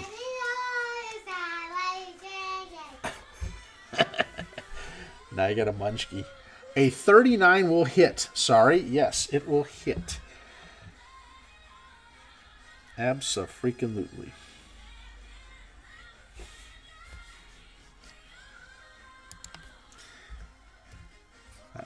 I know, as I get talking and looking for something to look up, something on knowledge, I end up missing reading poor Akeisha's stuff. The fire damage will do nothing to them. Basically, the fire does... Yeah, it's immune. So you see your fire hit it, but it doesn't even burn it. All right, 17 points. Okay. So that is that. All right. All right, next one. That's fine. Number 2.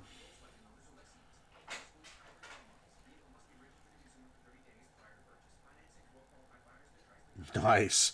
Yes, a 37 will hit. Absolutely on these.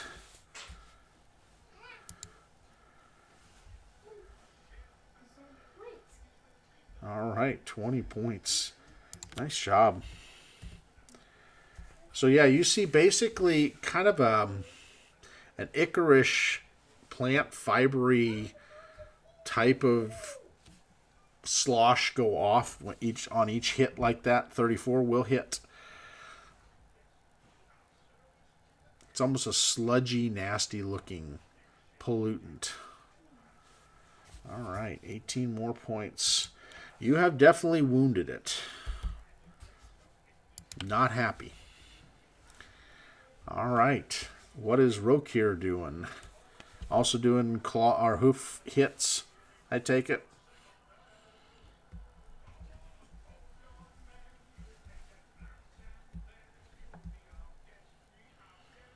Ah, okay. Yep. Totem spirits and Rokir. All right, let's do the totem spirits. Nice. All right.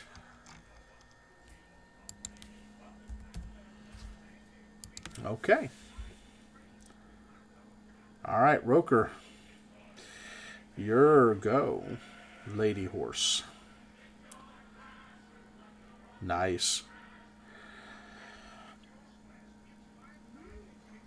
Yep, but you got Roker and you got the. Let's see, did they go already? The Roker and the Totem Spirits. Nope, they haven't done their damage yet. So do the totems and the Roker damage.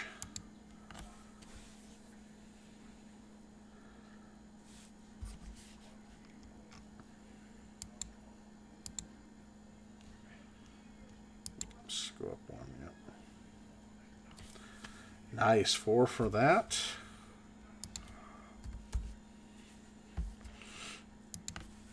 Some serious damage. Yep. All right. Horse of Destruction, or Pegasus of Destruction. See, I can just imagine Rokir doing this, and I can see this, that foaming, blazing, enraged look in her eyes. Just red, totally like blood red around the iris. As she goes into battle like her master, or mistress in this case.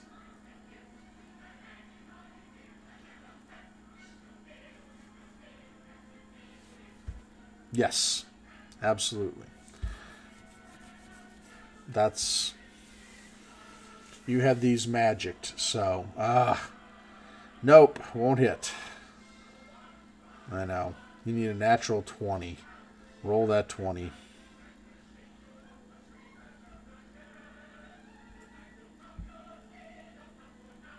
Yeah, you kind of do because... Well, actually not plus 10, but a natural 20. Yeah, you do. For their armor class, you... Well, no, actually, no, I'm sorry. You need a 15 or better would hit them. With her. With a plus 10.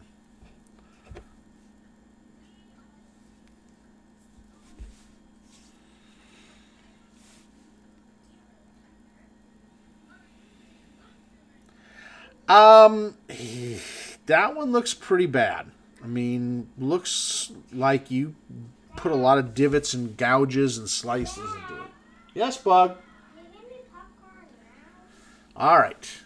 So, Serena, think on what you're going to do. I'm going to put her popcorn in to pop, and then be right back.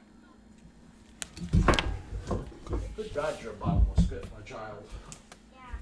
Yeah. Yeah. Yeah. I love the yeah. You kill me. All right, Daisy. I'm going to let you out, and then you are going to come back with Child afterwards. And Child's going to let you in, because that's Child's to do.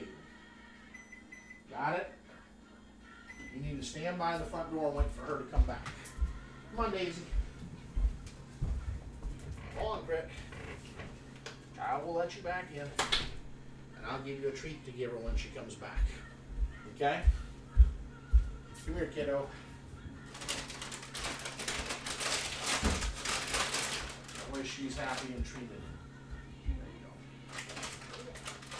Yeah. Keep an eye out that door for her. All right. I am back. All right, Serena. Welcome back. I am going to. Can I get to Ragni by any chance? Yeah, you could. She's 30 feet away. The water there is pretty shallow. It's probably up to maybe your halfway up your shins. Okay. In that case, oh, go ahead. Yeah. I'm gonna say up to Serena's shins or Yes. a normal person's shins. Up to Serena's shins. Your shins, it would probably, depending on how tall you are as an elf and how tall she is as a tiefling, it will depend. She might be a very tall tiefling. Her shins are like, not even up to my ankles, is all I'm saying. How dare you, sir? How absolutely dare you? No, that would be Muledge. Muledge thinks he's bigger than that. Don't make me sick my bunny on you. I'm just being practical here. I don't want you to drown. She will in a minute. Serena is going to go over to Ragni. Mm-hmm. And she is going to give her a positive hex called Regenerative Sinew. So you'll get fast healing for it takes 3 rounds to cast. What? Can't be right. Treat. Daisy, treat. Go back this way. All right. I like positive hexes. It says it takes 3 rounds to cast. That seems crazy.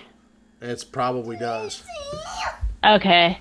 So I guess I can start the hex and then touch her at the end of 3 rounds. Is that how that works? Yes, and that would work. And then you kind of start it back there, and then you walk up on the 3rd round and touch her. That way, it just takes. Yeah. So even if they try to cut something off of you, Ragni, it'll just grow back. You're basically going to be Deadpool or Wolverine. Nice. So I'm going to be next to her, and I'm going to be crafting this hex. So bring it to the child and the popcorn tub up top. Grab the popcorn tub up there. I'm listening to you. I haven't forgot you. So basically, it gives no her problem. The qualities. Muledge is under strict advisement to not do anything crazy. So he goes over to do something crazy. And like he is listening to Serena right now. Yeah. So he goes over to where Damien is, and he's in front of Damien, snarling at this larger demon. Nice. He's protecting you, Damien. Just wherever you are, know that there's a tiny snow hare snarling at a demon 10 times its size. He'll be laughing when he watches this. The snow hare of doom. Doom, I tell you. Yeah. It's like a pit bull in a snow hare's body. Yep. Telling Muledge not to do something crazy is slightly more futile than telling Payman not to take that. Yeah.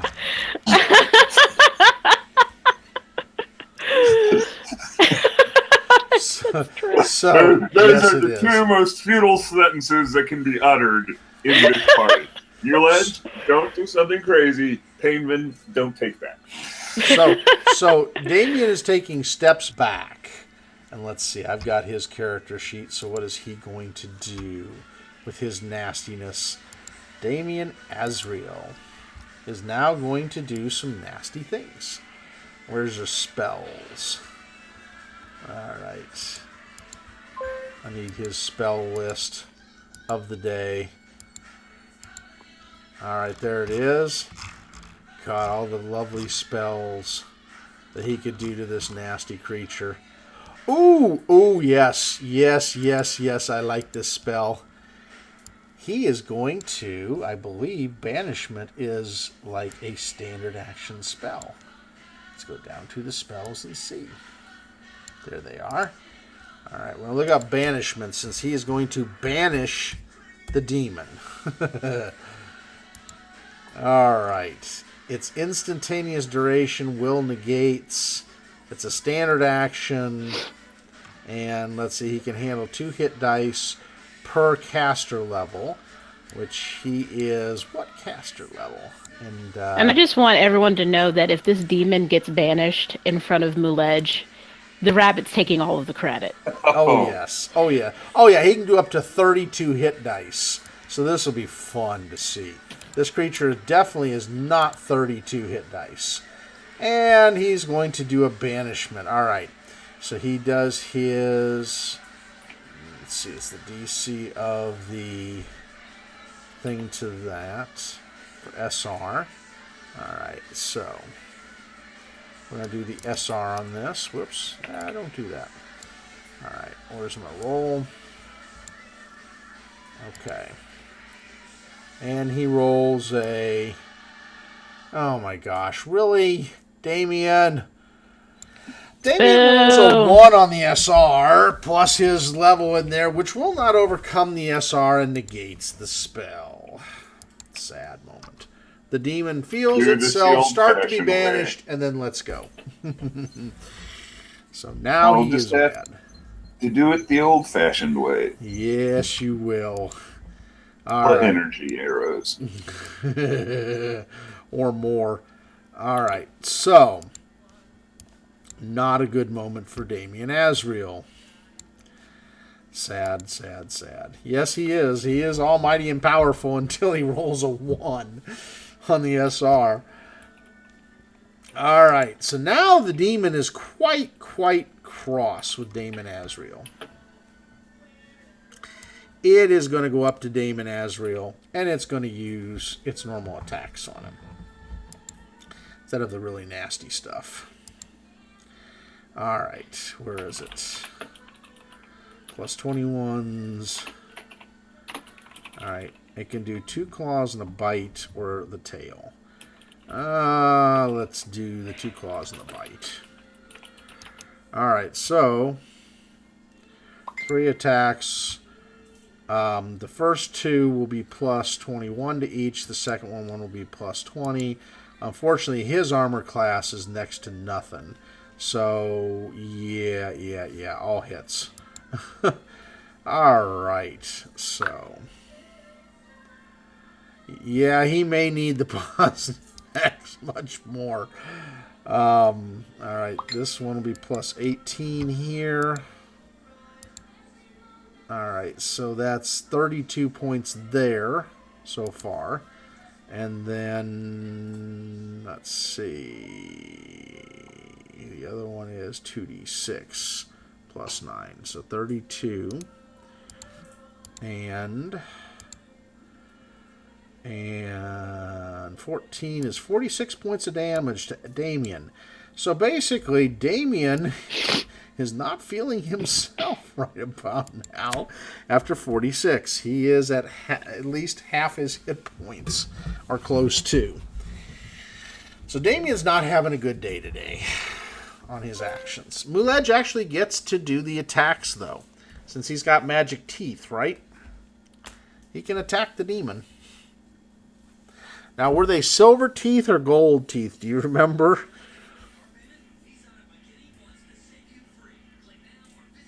Address to you? Oops, muted. I think they were steel.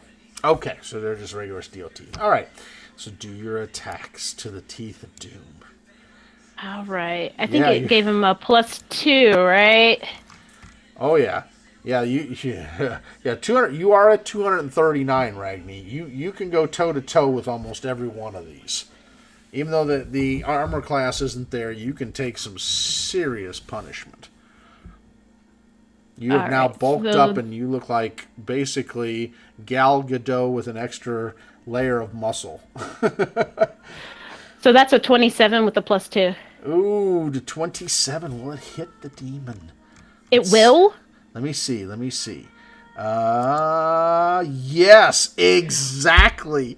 It hits the demon. I'm sorry, what? The bunny hit the demon. So now he is the demon bunny. No pun intended for the wrestling combo. He is the demon bunny. Well, okay. All right. Doing a little happy bunny shuffle. Didn't see this coming. I know, he was very close to a critical. I would have loved it had he had a critical in there. Right? Oh, and by the way, you can pass your mythic thing onto the bunny if you want him to hit. I will allow for that. Yes, I will allow for that. Because they are serving you and are under your, how should I say, sphere. So yes. Okay. So he gets a 1d3, and this is going to be at a -2. Okay, but then he gets the pluses for the teeth. What were the pluses for the teeth? I thought the teeth were like +2 to hit, +2 for Okay. damage. He So has +2. normally a -4 for attack. He does 3 points of damage to the demon. So Muledge, in bunny hissing, goes, "Do not ignore me! I will destroy you!" And he whirls around and he bites the Achilles tendon of the demon and sinks his teeth into it. As it looks down, annoyed at the bunny attached to his tent. Like, does he feel it really?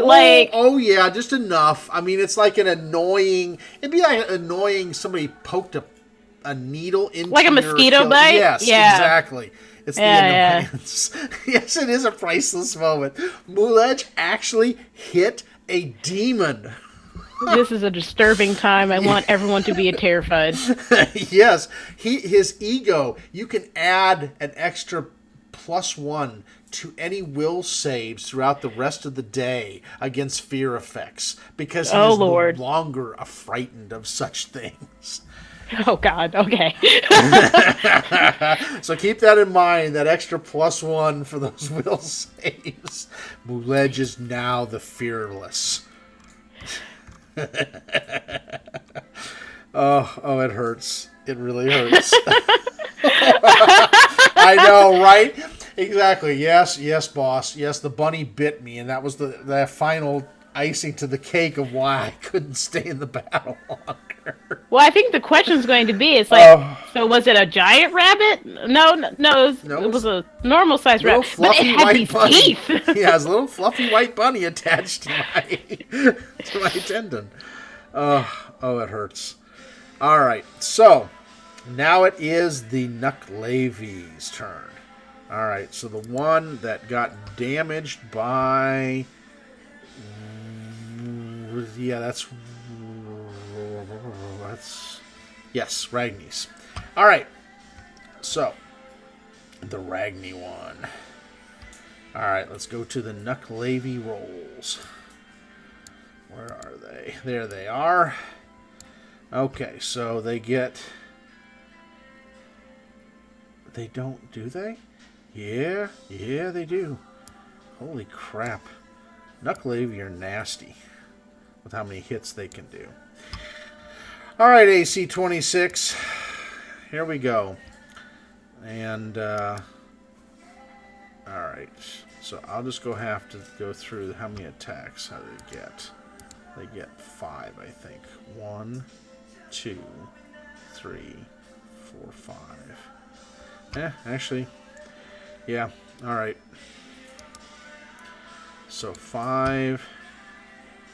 Now, the first one will be the sword. I'm just going to have to go in the orders and try to put the pluses on there.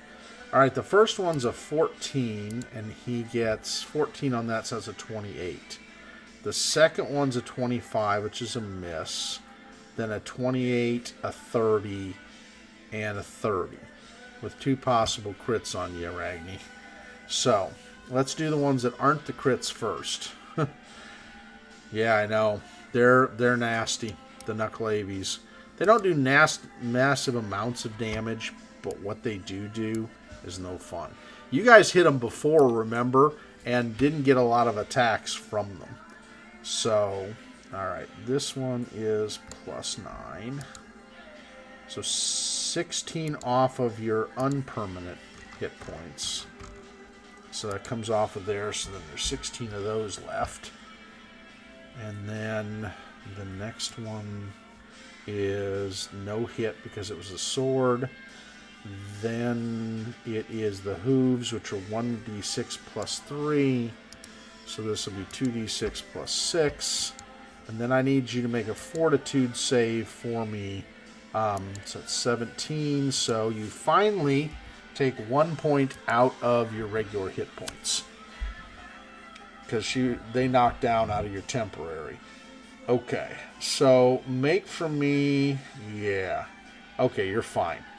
So the disease on the hoofs does not mess with you.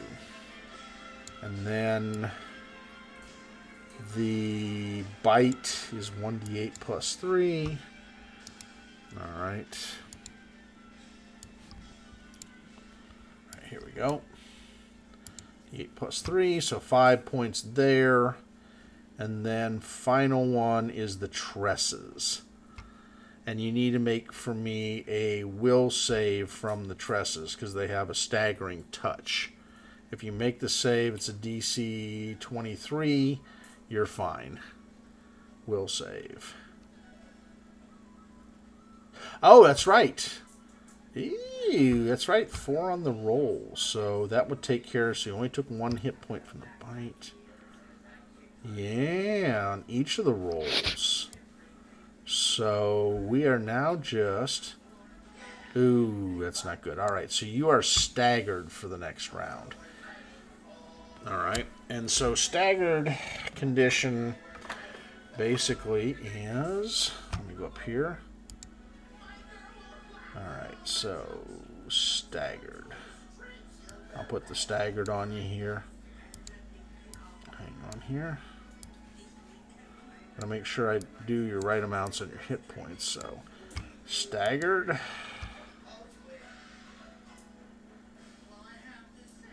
Why do they not have it in there? That's shaken.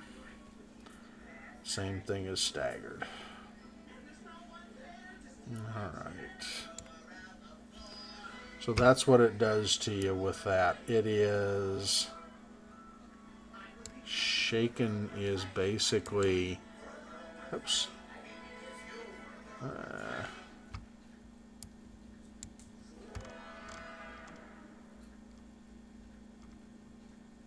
Okay, and then...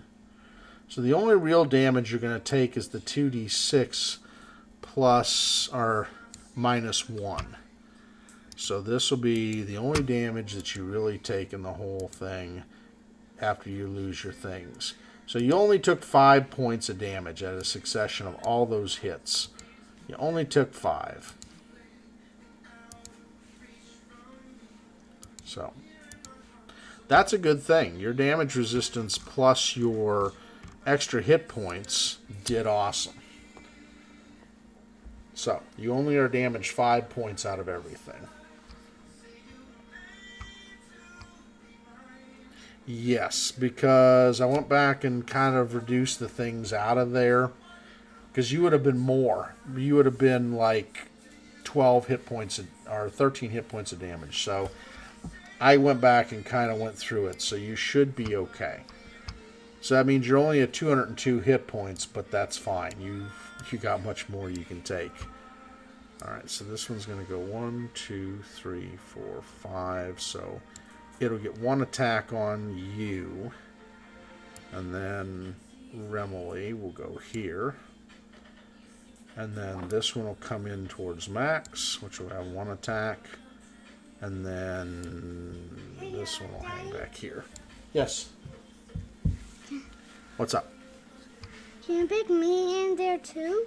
No, I can't put you in there right now. We don't have a character for you yet. Unfortunately. How about the one with the 15? The one with the 15, that's Ragni. That's Akeisha. So, she's in the battle. Shaken has this. Hang on here. Let me see there. Alright. Pathfinder. Shaken. Condition. Alright. Conditions. Alright, so Shaken gives you -2 on attack rolls, saving throws, skill checks, or ability checks. It lasts only a round. But basically it'll give you -2 on your attacks or saves. Not horrific, but it's... I mean, and that's something you can overcome if you want to pump in one of your mythic boosts. So you could offset it potentially in that shaken condition. Because you are mythic, which is nice. Alright, the attacks that we got, there'll be 1 more attack on Keisha at 12 with Ragni. Nope, that's a huge miss. Remily gets hers here in a minute. Let's see, we'll do the one other one that doesn't have the attack normally on her.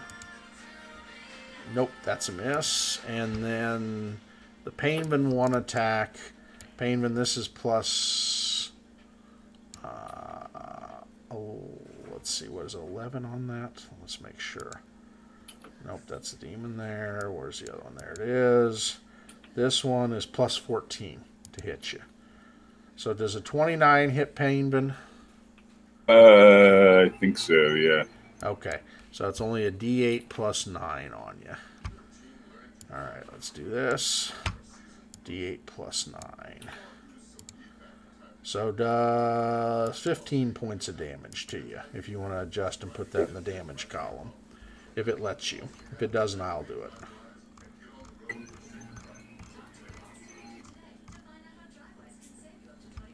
See if it'll do it under the WND column on yours. If not, I can do that.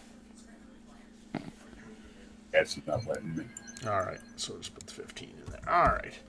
So 15 goes in. Alright, so now it is the 5 on Remily.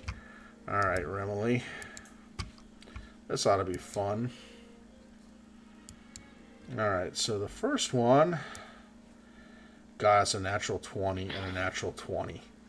So those two are definitely hits, no other hits on that.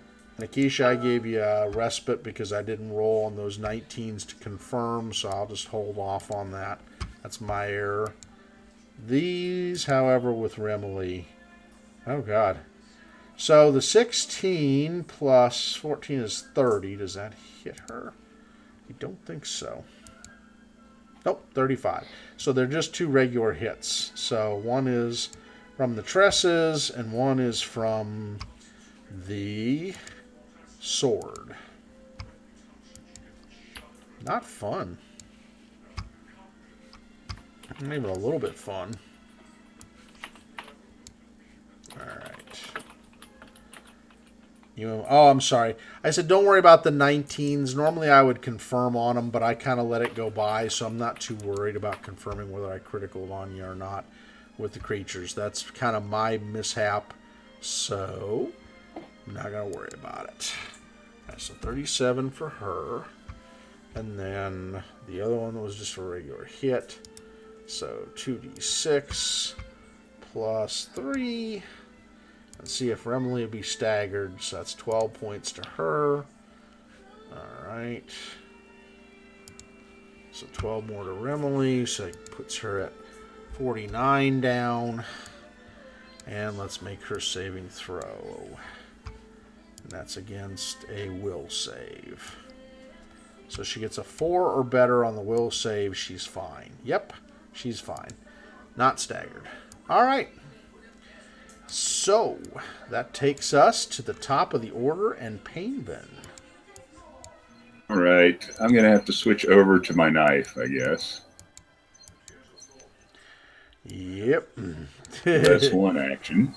So you drop. If you drop your bow and pull it out, do you have quick draw or not? No, I need to get that. You do. A mythic quick draw is like a swift action, so it doesn't cost you anything. All right, so it costs you a move action to draw it, so you'll get one attack on the Nuckalevee, unless you want to go for the demon. I would. The Nuckalevee is what's giving me problems right now. Oh yeah. Now here's my question though. Yes. That Nuckalevee is also got Moulege. No, that's the demon. The demon has Moulege attached to it. Okay. Otherwise, Moulege has the demon. The demon does not, in fact, have Moulege. That's right. Exactly. The demon has not grabbed Moulege in any way, shape, or form. Okay. Rats. Yeah, I know, right? I'm always looking for an angle. Yes. Moulege. Literally. Moulege, yeah, I know you are. So now you're thinking that pool was a great thing to do, and I should have dove in. I told everybody, but no one listens to me. That's right. That's how you lost your Dracolisk. Exactly. People not listening to me. That's right. No one listens to you, Painman. No one ever listens to me. No. It's a sad, sad day. It's a sad situation we have. Yes, it is. They should listen to you more often. The guy that never tells the truth unless something extreme has happened. No. Yes, it will. The honor will remain intact, even if Painvin's dead or anyone else in the party, but the honor will be there. So that's 8 plus 1 bleed. All right. 8 plus 1 bleed. So we'll have to keep track of the bleed. All right. So that one's 2, 4, 5. So 5 is 8. So that's 9. And then I'll add in the bleed condition. Of course they don't have bleed. God, they need to put more conditions in. All right. So I'll keep track of that on my sheet. So 1 bleed. And that adds up if you keep hitting them, doesn't it? Mm-hmm. Yeah, every time I hit, the bleed increases by 1. So. This one bleed. Nuck 5. All right. So I've got it there, so it works. We're ready to roll. All right. Next one is Remily. Remily's you can just hear her buzzing around saying all kinds of, you frackety, frickety, frackety, freckety little abomination of nature. She is not amused with this Nuckalevee. Abominations, all of them. That's a 43 to hit. Ooh, a natural 20, a 50. Let's confirm that one again. Please. Yes, she confirms on the Nuckalevee. And she does a broad swipe, normal damage, and 1d8 bleed. That is beautimous. So she is causing the bleed. So she does the d6 plus. Alright. Plus the d8 of bleed. So this plus 7. So she does 9 points. Plus, how much bleed? Come on, 8. Yes! 17 points, 8 of it a bleed. Yes, yes, yes. So, Nuck 2 plus 8 bleed per round. That's nasty. Alright, so far, 17 points of damage to that nasty, yucky, grucky thing that she doesn't like. Alright, now the 25. We just need some more criticals is what we need. You guys need to roll some natural 20s. There's a 41. Everybody just roll those natural 20s. Alright, and a 31. So all hits. So she'll do the 2d6 plus 14 for the damage there. Wow, 25 points of damage on that. Way to go, Remily. Alright. So that is a total of 82. And her Sylvan Sword is attuned to doing nasty things to Fae. Gotta love that. Alright. Next, we go to Ragni in the staggered condition. Or shaken condition, but it's staggered. Now, fortunately, I think with staggered, it doesn't affect how many attacks you can do per round. I do not think. It's just at a -2. Let me see. Single move action, I'm sorry. Or the... Oh, yeah, you're shaken. So shaken, no. Shaken is less severe, so yeah, you can do your full attacks. Alright, so get your rolls going. I gotta fix her deal. I don't know, sweetie. What did you do? You played with it. Quit it. No, I didn't. Alright, not now. There. I was just trying to go past it. Okay. I was just trying to go past it. Don't do it again. But no, Dad. You can't. You can only do 2. Daddy, no. That's not what I've been trying to tell you. Okay. Let me show you something here. So No. hit it and see what happens. Yeah, you can't do it because you only get 2. skips. You skip all these things that don't work. So hit not now. You're going to have to listen to it. Or I'm going to have to put you on a different station.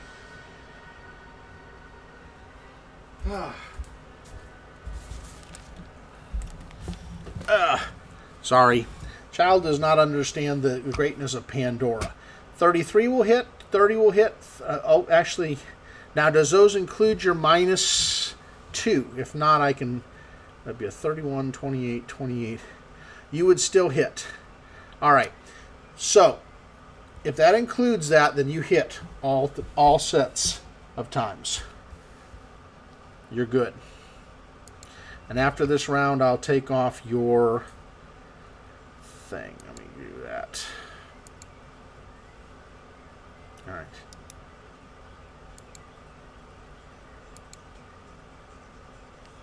All right, so that's taken off for next time.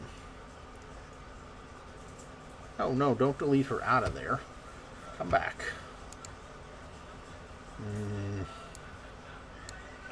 Should have just taken the condition. All right, go ahead. I got to put you back in here.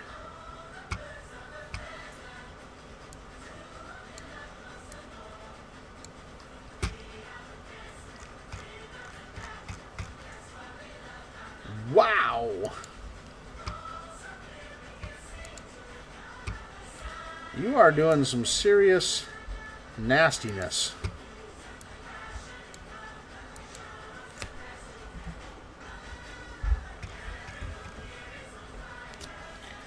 Yep, you did 78 points of damage. Yikes.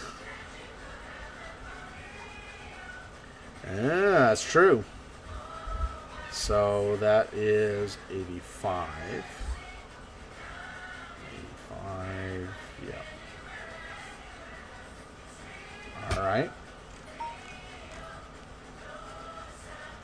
Yep, and Roker has his. Yep.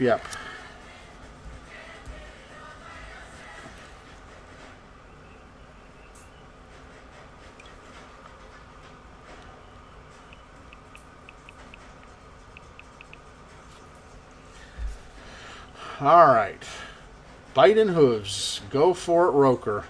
We got to get some things. She's got to get some things going there.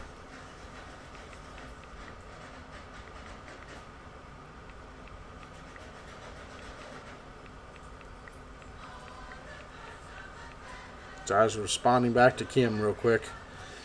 All right. Nope, 16 won't hit with the hoof. Though it's close, it goes by. You need about 9 more to hit them.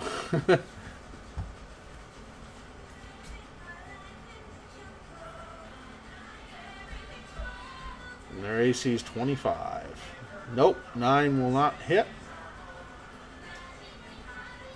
Biting and rearing and rearing.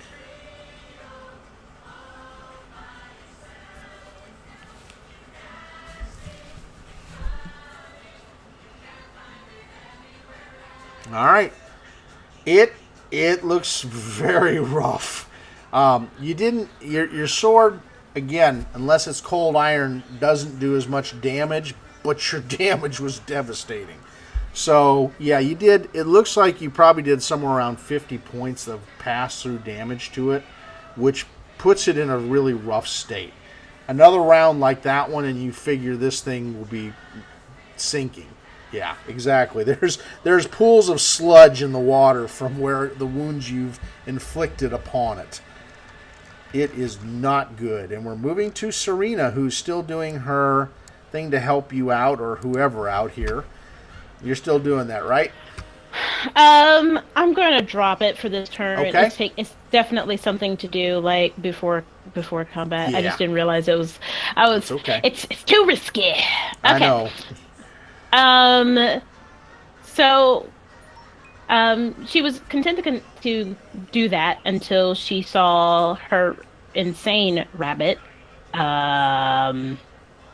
being himself, which is unfortunate. And she told him not to do that. So she, worried about his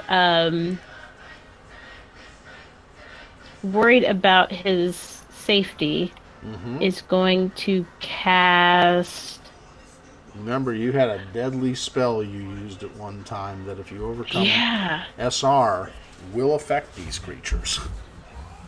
What did I do? I don't remember these You things. had a death effect type of spell. Yeah, was it Circle of Death? Yes, it was Circle of Death. Exactly. That's the one.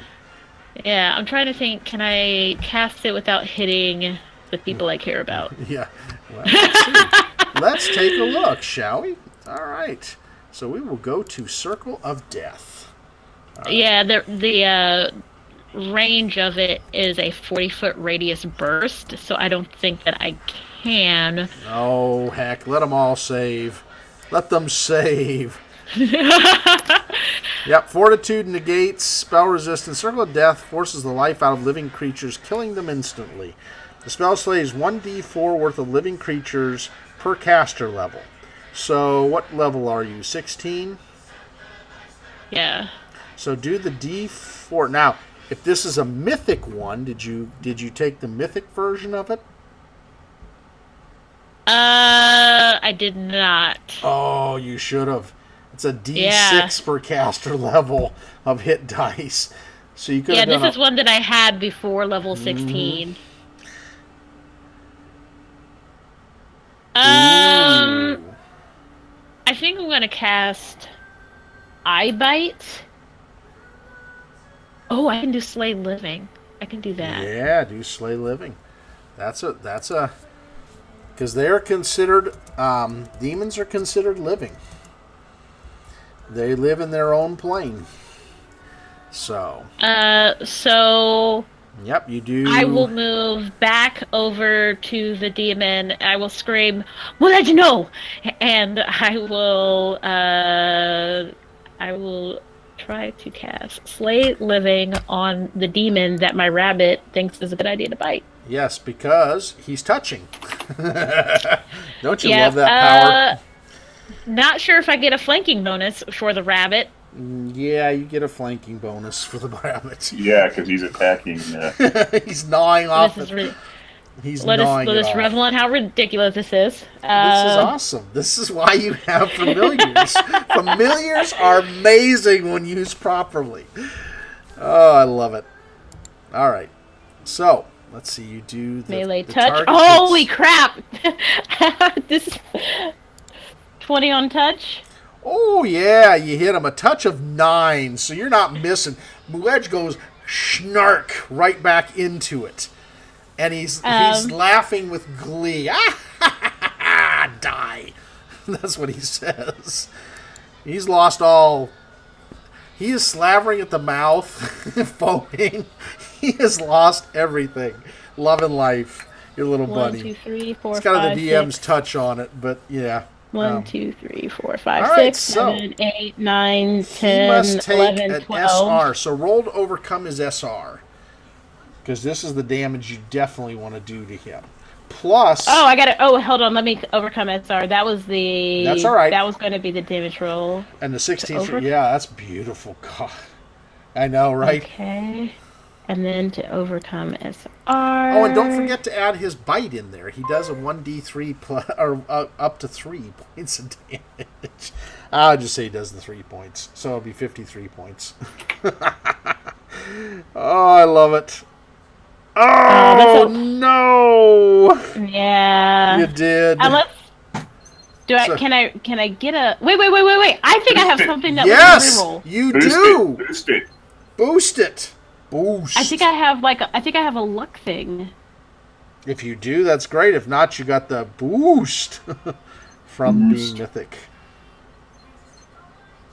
Don't ever forget that. The D6. All right. I'll boost it because I don't see where the roll my a luck 4 thing or better, and you overcome it, and you do the damage. Then he's got to do on the a fort D6. save. Come on. Yes! Overcomes it! Whoa!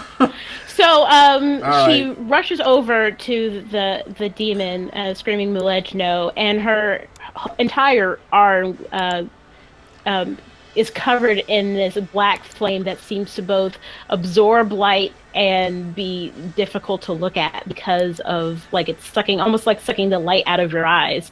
She reaches into the fur of the demon, and at first like there's like this crackle of dark energy as it's as like the two magics are combating, and she goes, no one can hurt my bunny, and then it overcomes it and it does all of that damage that I rolled before, and Yeah, and it screams "Ah!"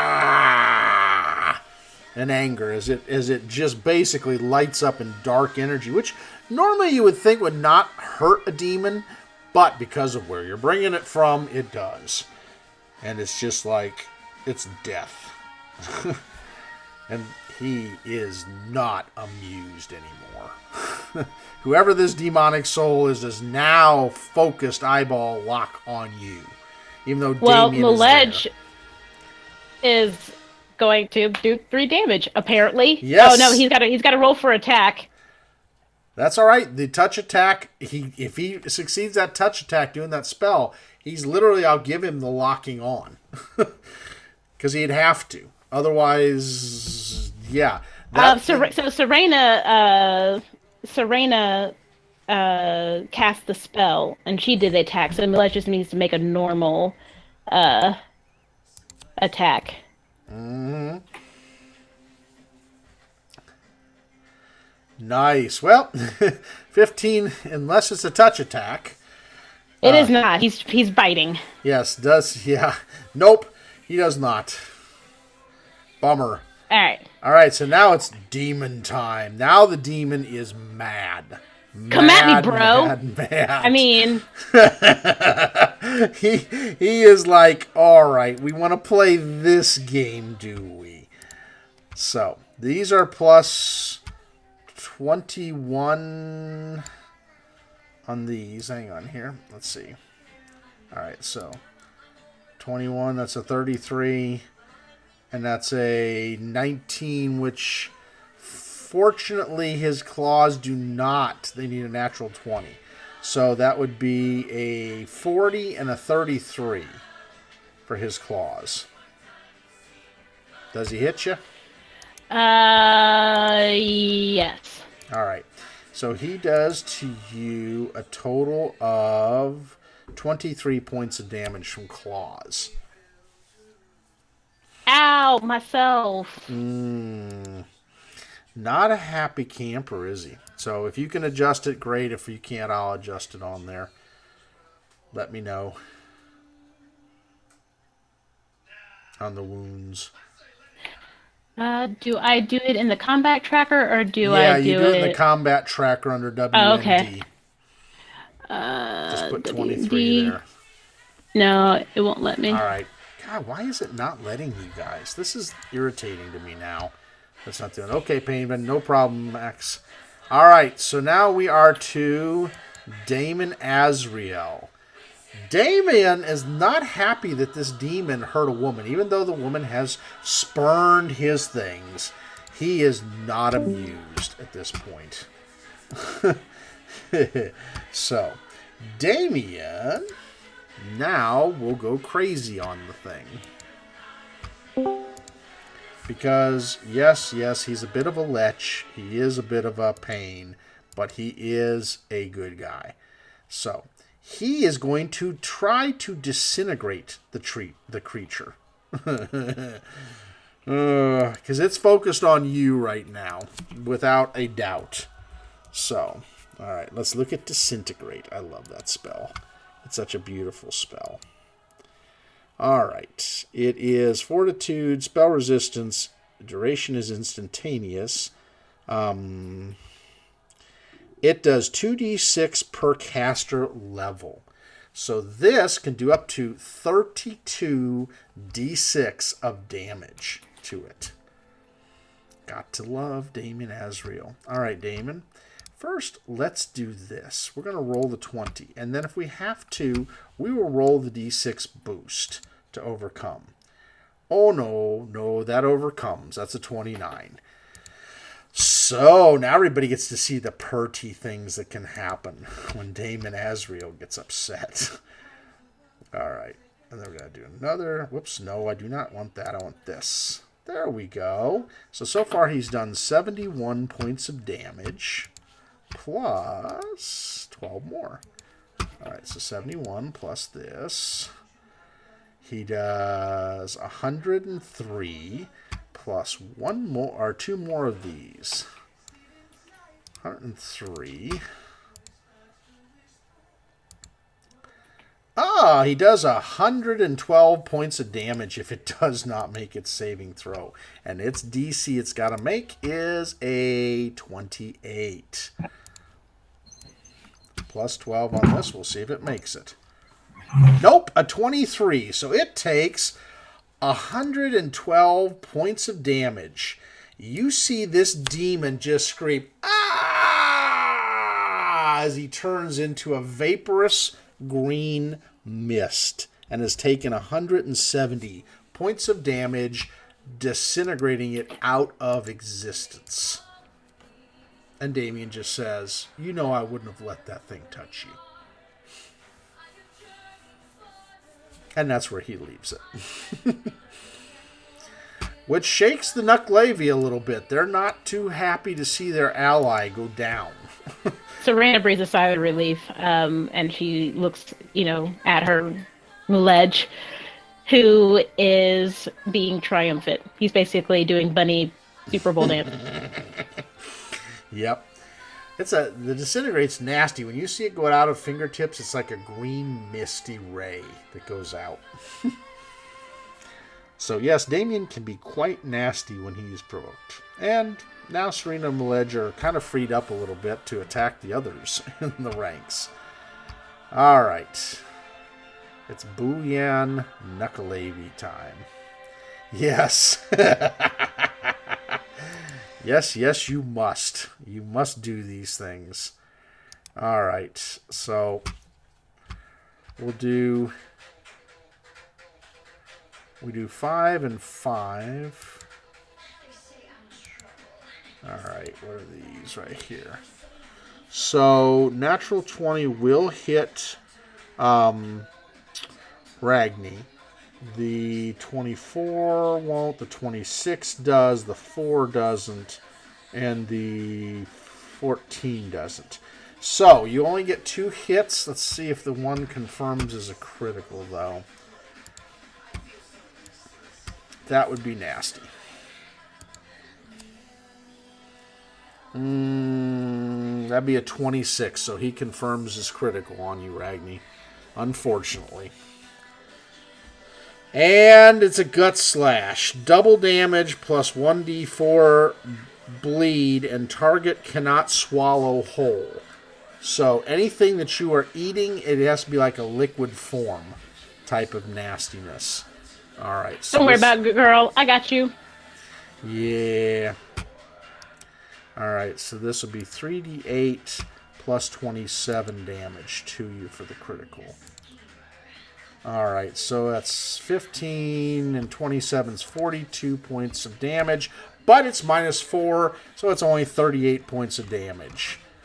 So you are 43 down. Alright. Not as bad because of that damage resistance. Yep.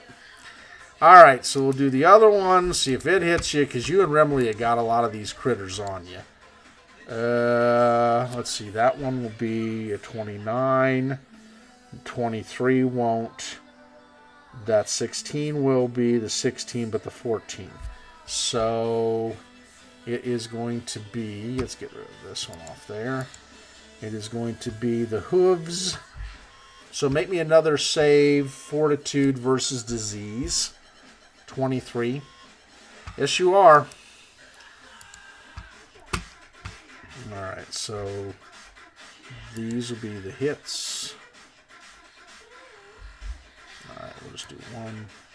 You're perfect. So you don't take any damage from that. Alright, so this is this plus... So it's 4 points of damage, which is nothing. It cancels out.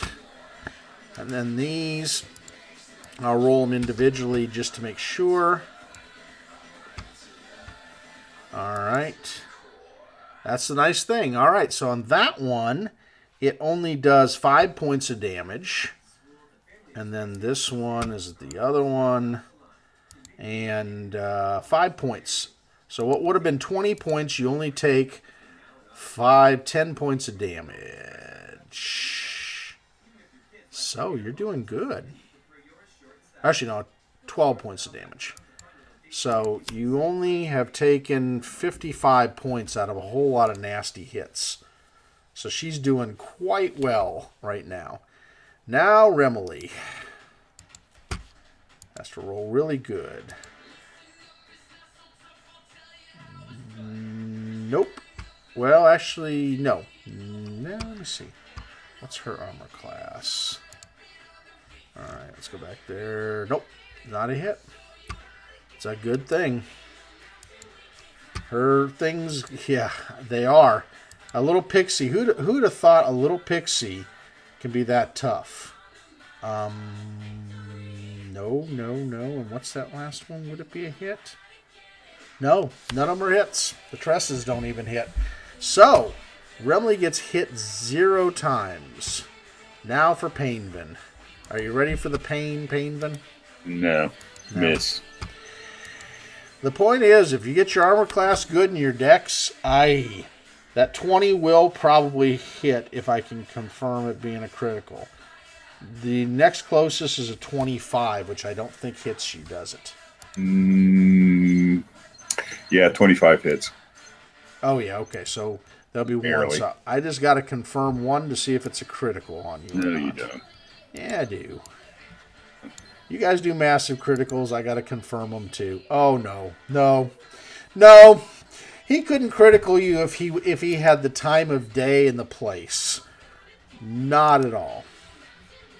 So, all right, make me a fortitude save of 23 to not get diseased. Fortitude, what? And then he does 15 points, and then this is +3. So he'll do 21 points of damage to you. Oh, and I have to do damage to them, remember? The first Nuckalevee takes another point of bleed, so he's at 126. And then Remely's Nuckalevee has to take 8 points of damage, which takes him to 90 hit points down. Gotta love it. Where's my other skills? Do I have anything that gets me out of this?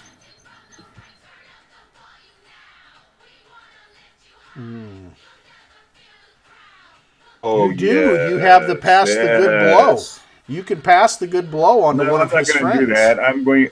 I'm not. I'll take the damage. I don't worry about the damage because it's not that bad. I just don't want to make a fortitude save.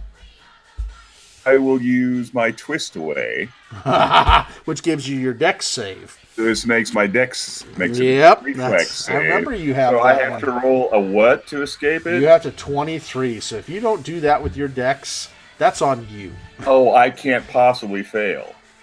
Yeah, that's true. Ones are not a fail on saving throws. Yeah, and my base I have a 22 bonus, so no disease. I just am like, you're like whatever.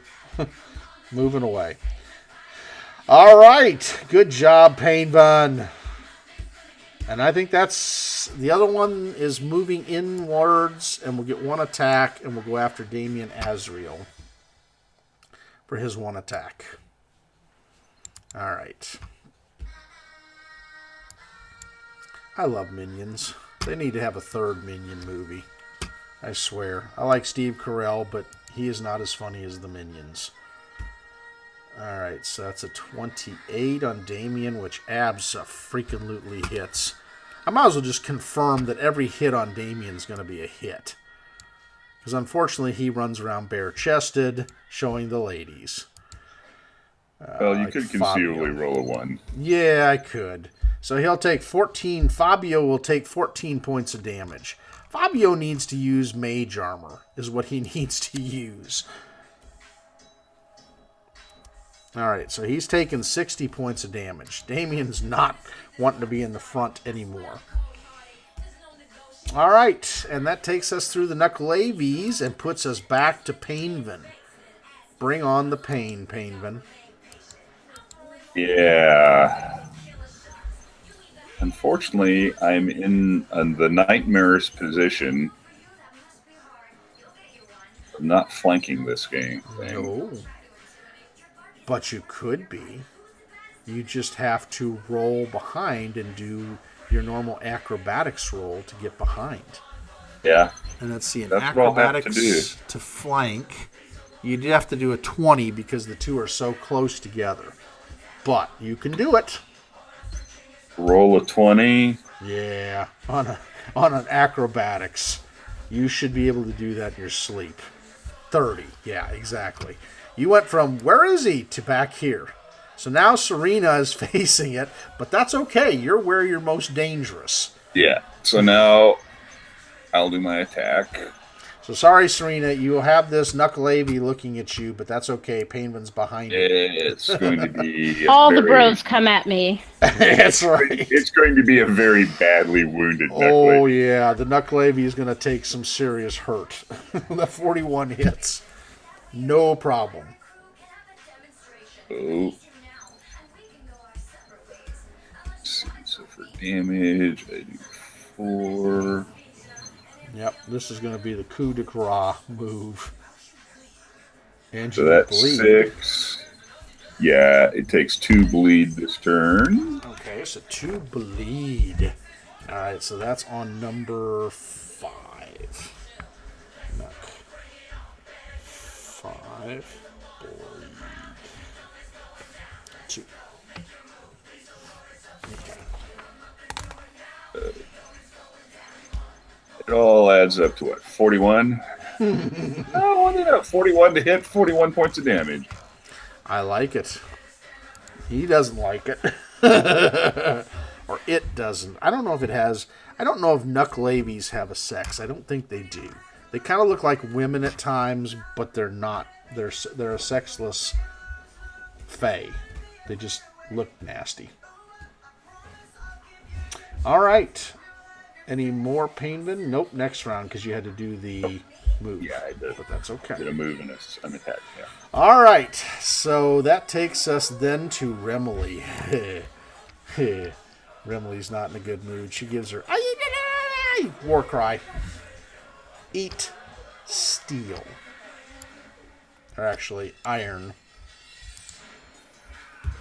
It's a 39 to hit. That is a 48 to hit with a chance of criticaling. All right, let's see. All right, so 48 to possibly critical.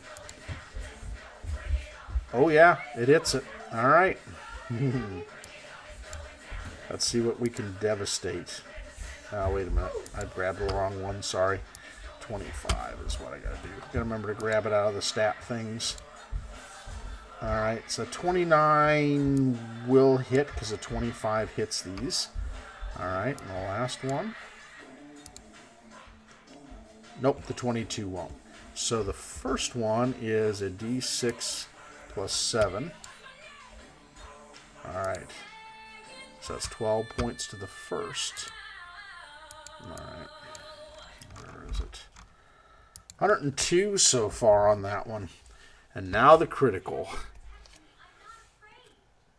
We got a bleeder, folks. Normal damage and 2d6 bleed. Things bleed easy. Yes, they do. Lots of Of ichor. course, everything bleeds easy for me, but you know. Yes, ichor. Ichor, I tell you.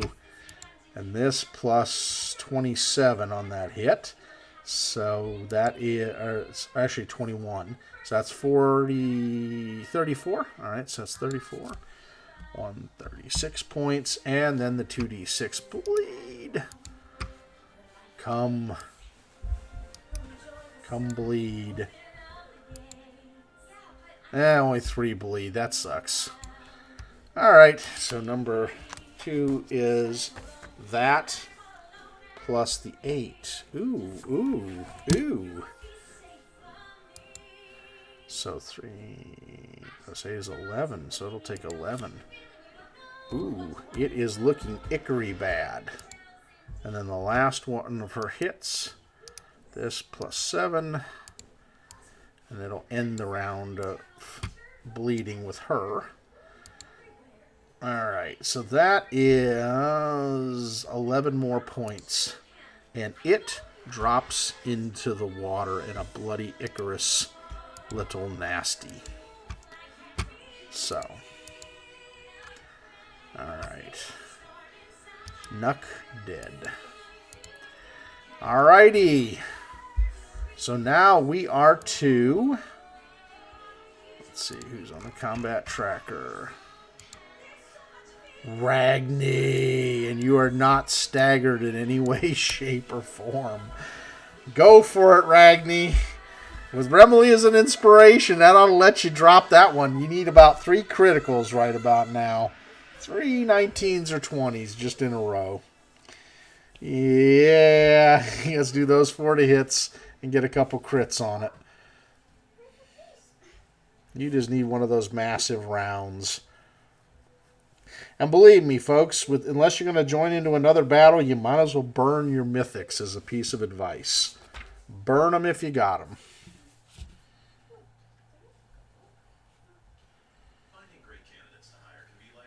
42 will hit. Absolutely. That is a massively solid hit.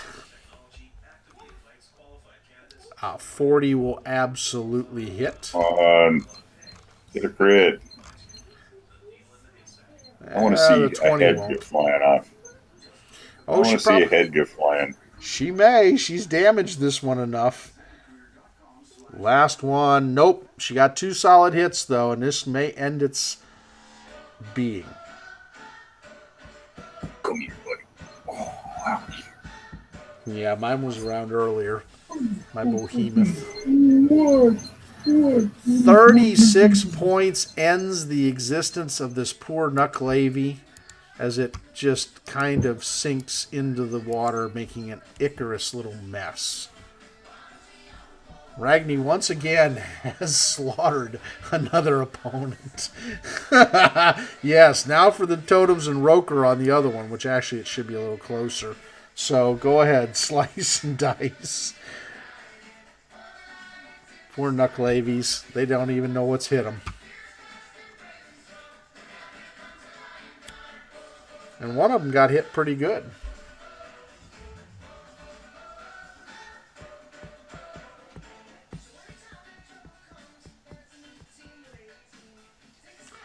Dang.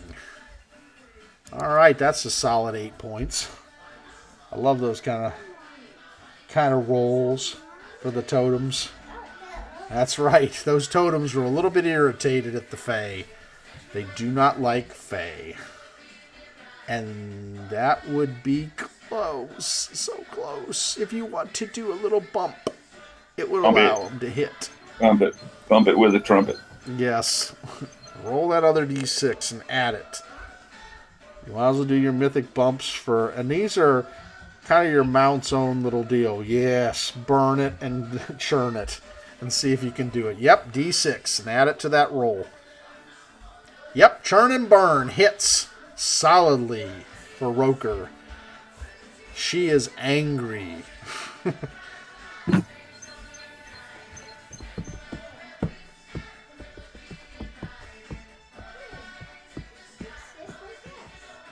Hello, Bug. What you doing? Ooh. Let's see what she does. Roll me the roll for her bite.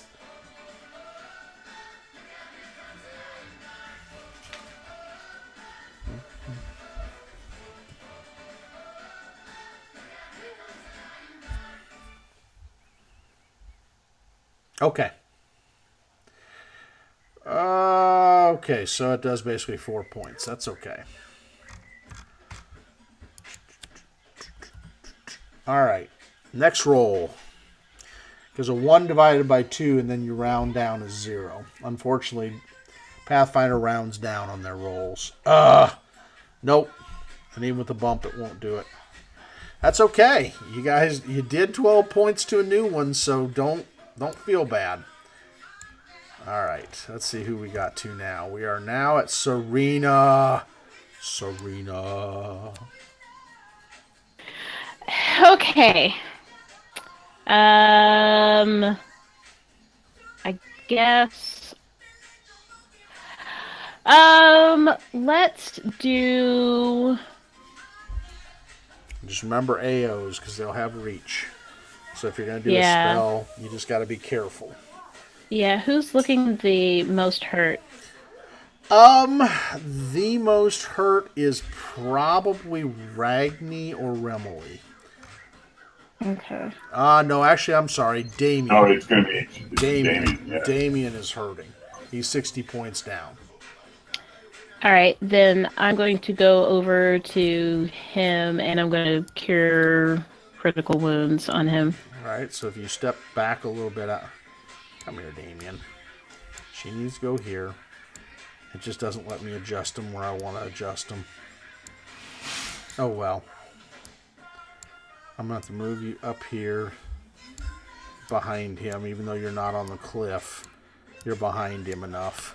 Yeah. So it'll be 48 plus 16. Nice. That'll be enough. So he is at full hit points. Yay, Damien. Almost. Yep, that'll put him almost there. He's 14 down.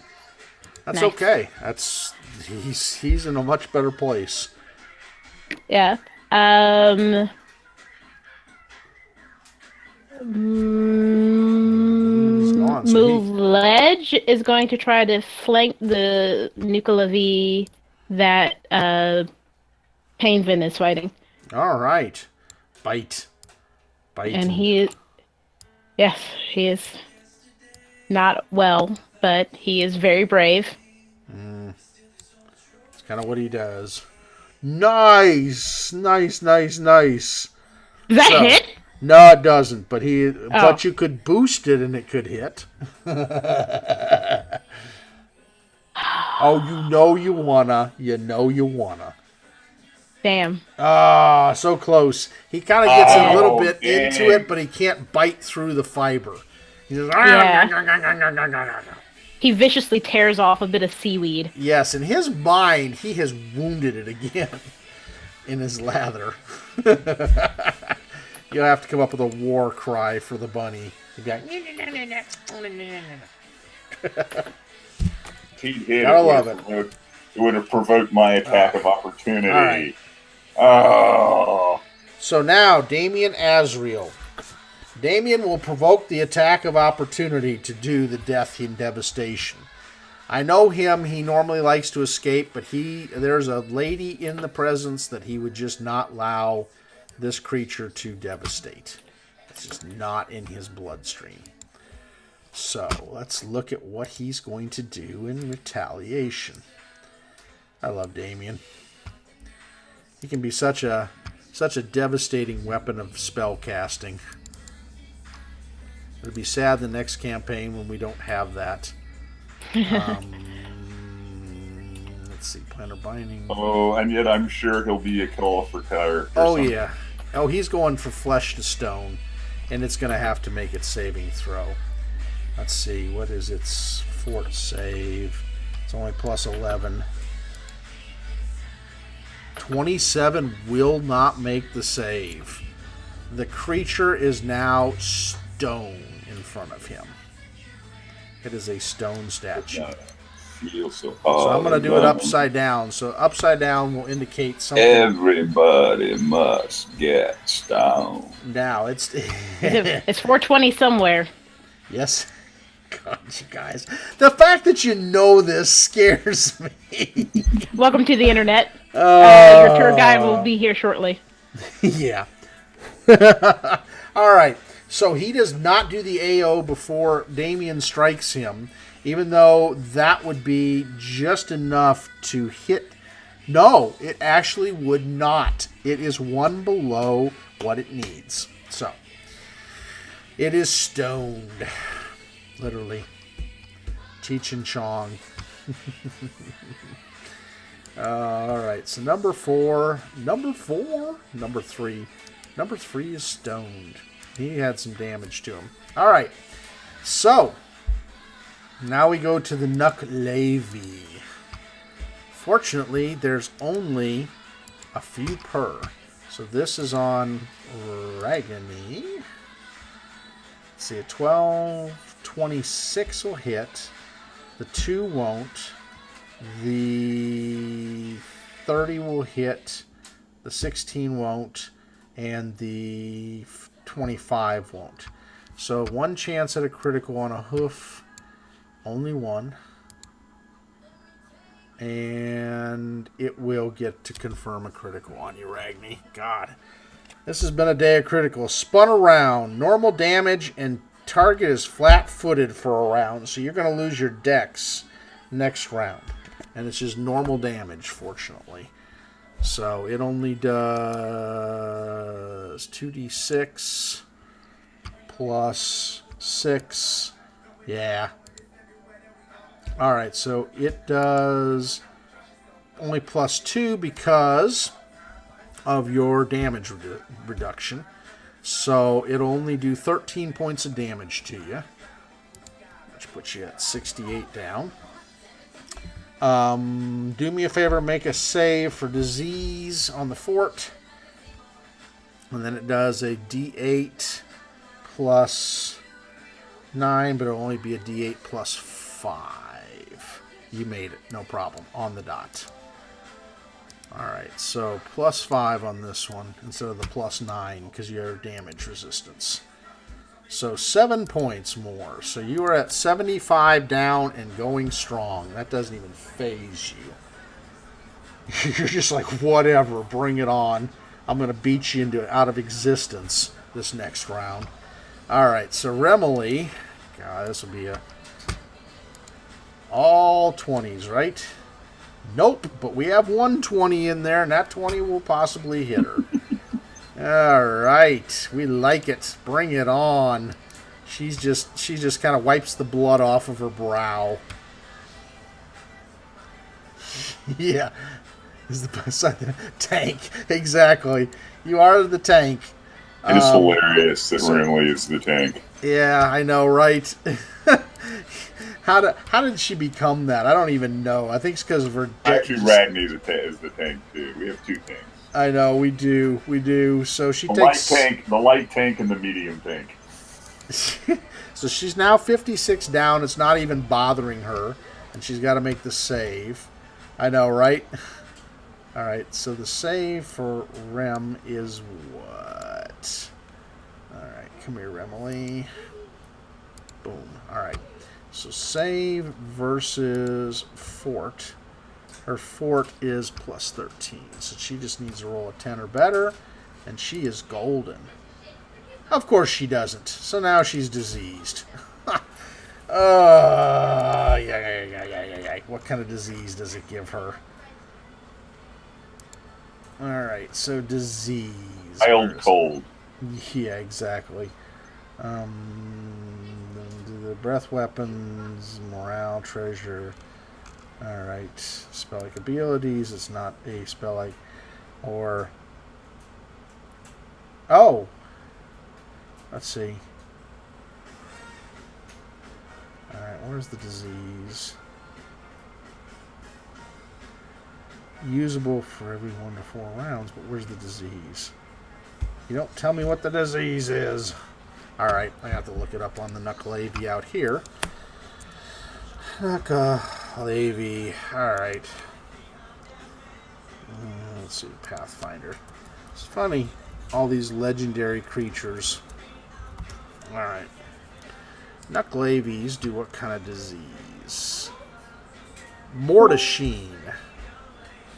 Oh no, it's a DC 21. I am sorry. For any of those there, it is a 21, which she will make with that and a D6 roll of her deal if she can roll a 1. Yep, alright. We made it. Alright, she ain't gonna play with that diseased thing. Just not in her cards. So that leaves only Painbins, and Painbins got to turn around and it'll only have 1 attack. But Muledge is kind of flanking it for you.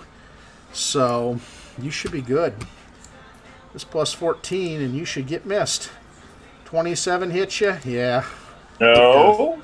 No? No, because Yes! I'm afraid that I'm going to have to use my offensive defense. Oh, I like that one. My AC went up by 8. Bravo! Bravo! All right, the Nuckalevee are out of the round, and it is Painvin time.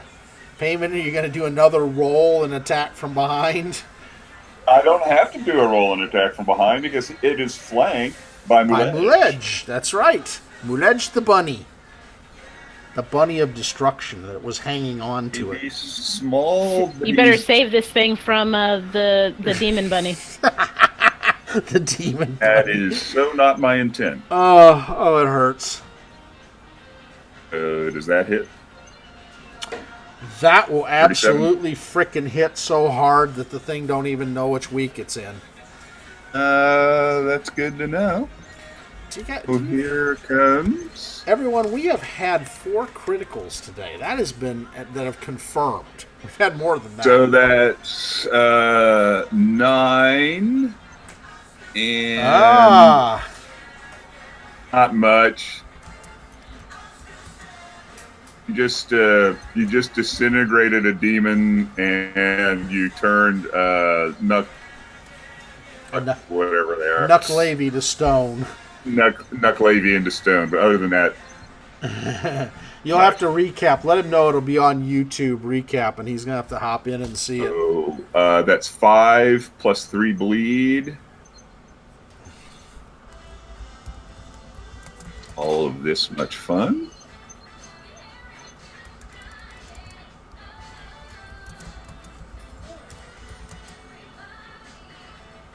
So 26, 31, 34 total. All right, 34 massive points of damage. And are you cold iron, my friend? I think you are with that knife. I think we confirmed that, didn't we? I don't remember what we said it was. I'll have to look real quick. All right, so 34 on that one. It is 46 down so far. Actually, no, that's this one. So it's 45 down. All right. And you got more attacks, my friend. Got another one. Yes, I do. I'm just trying to find out what my... It is rocking it. Yeah, I forgot Sandusky is closer to Troy, Ohio, than it is to me. So he's actually over a little bit on the lake, but that's okay. Not too far from me. About 2.5, maybe 3. So there's a 30. A 30 will hit. Man, for having 6 Nuckalevee and a major demon and 2 spellcasters with low armor classes, this party has done quite well. So that's 9. So now he gets another bleed. So that's 13. So he's got 2 bleeds. Big bleed. Oh, and I got to make sure I do the bleed on the other one. Nope, it's dead already, so I can't do that one. All right. And remember, those give you better pluses. Oh, wow. Yeah, that's Nice. So you're back in Middlebury. 30. Sweet. That's 41. All right, so 41. That puts him at 86. It's 86. I am now as red as I bet you are, my friend. I bet you're pretty burnt. Burnt. All right. So that takes it down. This thing needs to die. I've ventilated the crap out of it. Well, yeah, but you haven't done much to this one. This one you've hurt, but yeah. No, 15 does not. You got to do a 45, my friend. I'm serious. And you think that won't toast you? It'll turn you a nice tan color with a 45 or 50. Absolutely. All right, so now it's Remley's turn of death and destruction. So let's see. Can she critical again? That's a 45. Okay, this one is a 33 will still hit. 25 with the scimitar. That could be a critical. Let's see what happens. It has been a day. Yes, it confirms another critical. So that, just for that, for as many criticals as you guys have, everybody take a D20 reroll whenever they need it. It is one of those epic days. It is an epic day of inspiration. Severed hand. Normal damage and target takes 1d3 con and strength unless it makes a fortitude save. Let's see what the fort saves is on these bad critters. They're 11. So, does it make it? Nope. All right, so it takes a d3 first of con. Takes 1 con point. And then it's going to take... Hang on. Whoops. Wrong one. Takes 3 points of... or 2 points of strength damage. That's going to affect its rolls. It's 2 strength. 1 con. Where's its con at? Let's see if it does anything visible to it. And the con is... Nope, that won't affect taking hit points off. Alright. So the first two will be this plus 14. These are the regular rolls. So that is 18 points off of it. And that's a new one. So it's 18. And then the next one is normal plus that. Plus 14 on that one, so that's 21.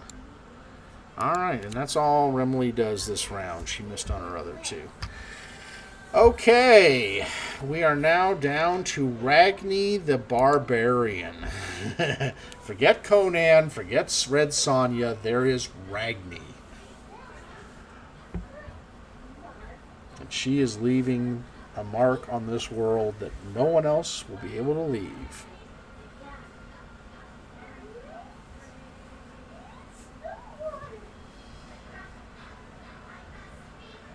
All right. Let's go take him to town. School him. Oh, no. Roll to confirm. Oh. You may want to take your reroll now. Just saying.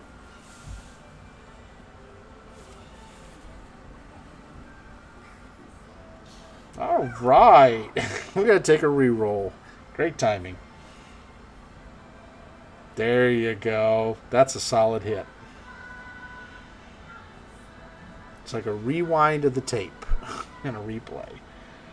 That one will be a miss, but not horrible. Well, no, I don't think it is a miss. I think that's a hit. Yes, that's a hit.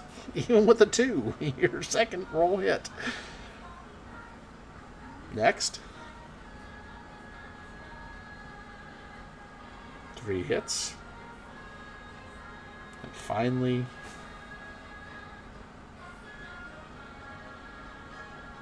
Oh.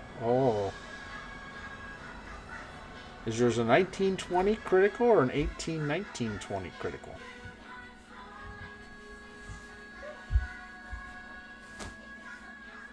It's where that critical focus feat comes in handy if you want to take a feat when you go up.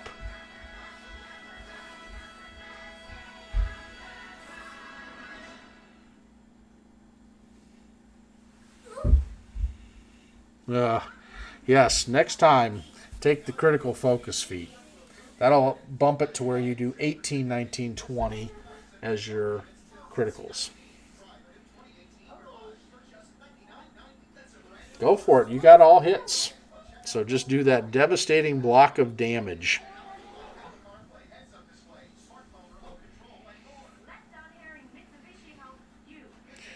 All right. That is 78 points of damage. Yeah, this one goes sinking underneath the water. You don't even have to totem it. It is toast. Because you already did some massive 80 some odd points of damage to it. It is sinking beneath the waves. There are 2 left and 1 statue of infamy to leave for the next set of Nuckalevee who want to come to the island. All right. So, Roker, do you want to just fly over to Remeli's and take a kick? You can. Or you can fly over to Painvin's. Whichever you want to do more massive damage on.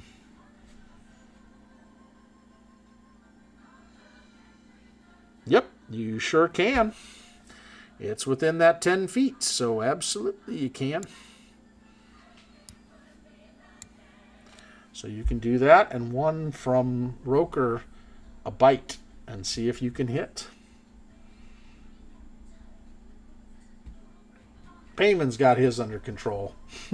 He and Muledge, I think, will, and the combination of Damien and Serena, yeah, you're good. Nice. All right. So that puts hers at 42 down.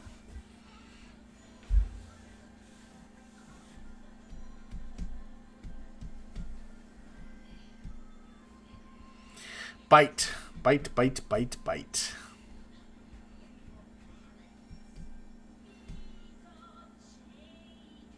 That bunkie would be pretty cool.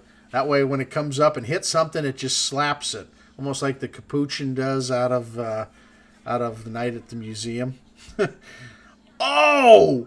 Oh! Oh!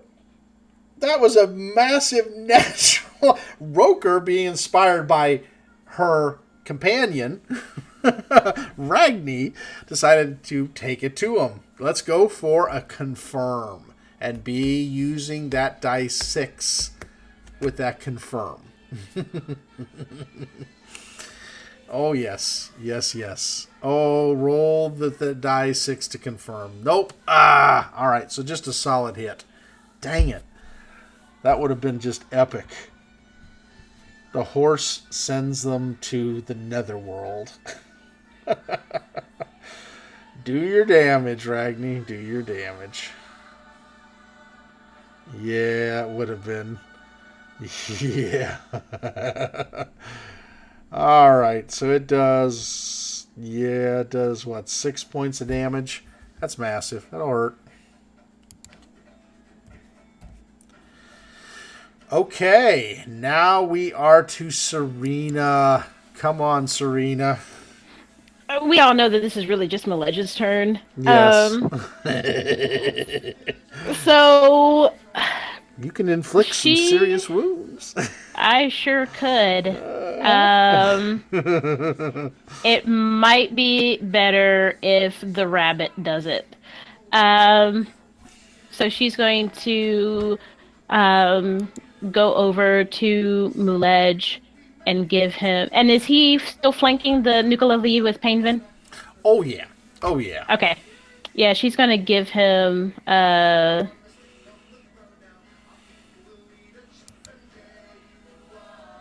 Actually, no, I'm not going to give it to the bunny. Ooh. Because I have a better chance of hitting than he does. Nice. So I am going. No. What am I talking about? No, I'm going to turn this thing into a rabbit. Mm. And then he can fight it on his own terms. So I go behind this thing as it's fighting with Painvin, and I go,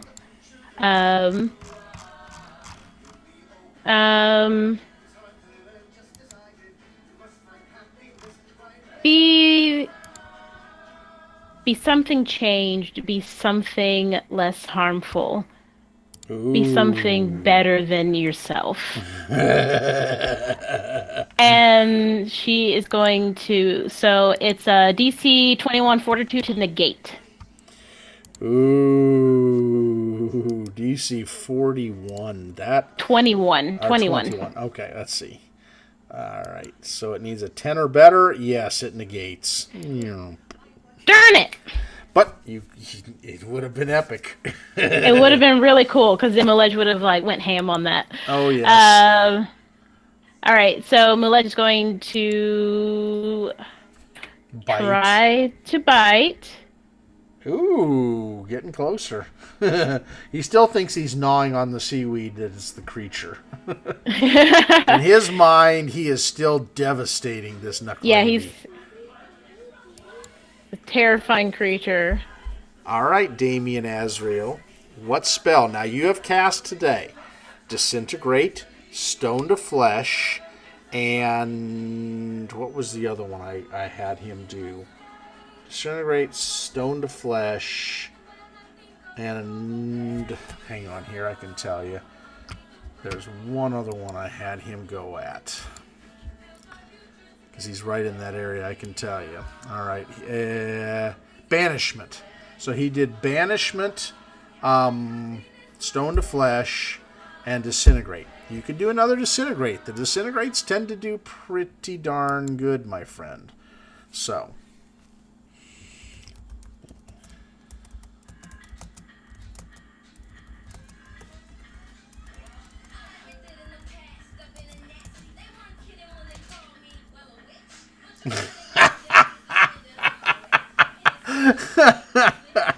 All right, you're going to polymorph him into cabbage.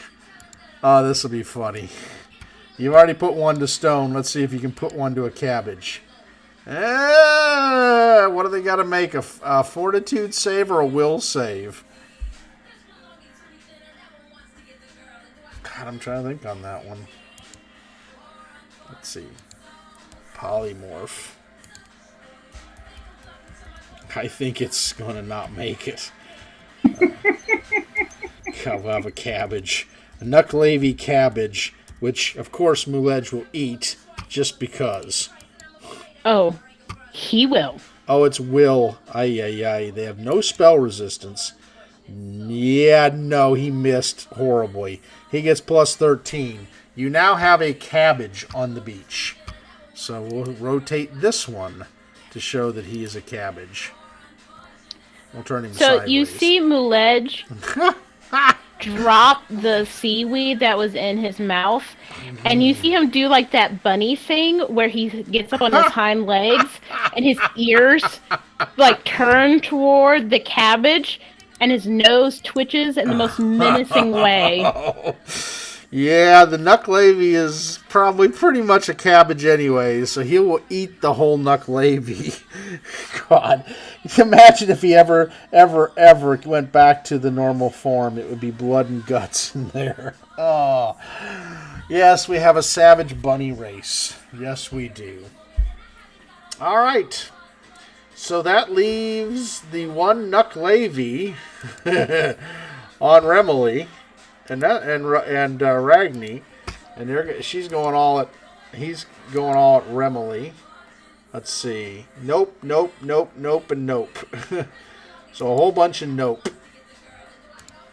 All right, Painvin, you now have a cabbage in front of you, which now Milej is going to take care of. You know, absolutely. All right, I will do a 5 foot.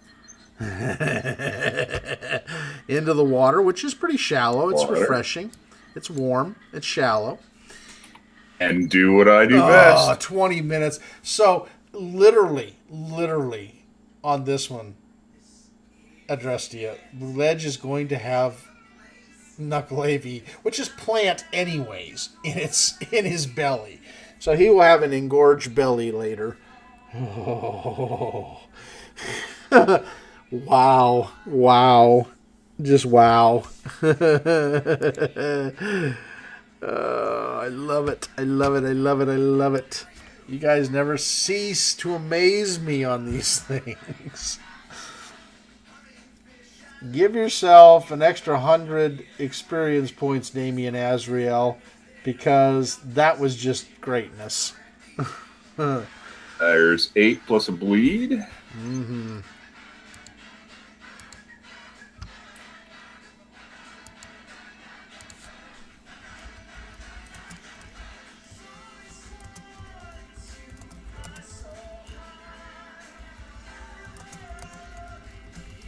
So that's 8, 28, 43. Nice.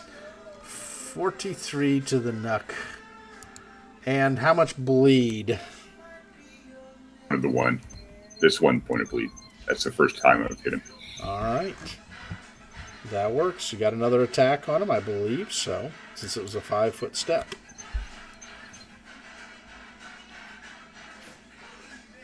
What a song for the Lorax song. Nah, nah, nah, nah, nah, nah. For the background. It's about how everybody's feeling. So that should be 8. I forgot. So now that's 2 bleed. Ooh.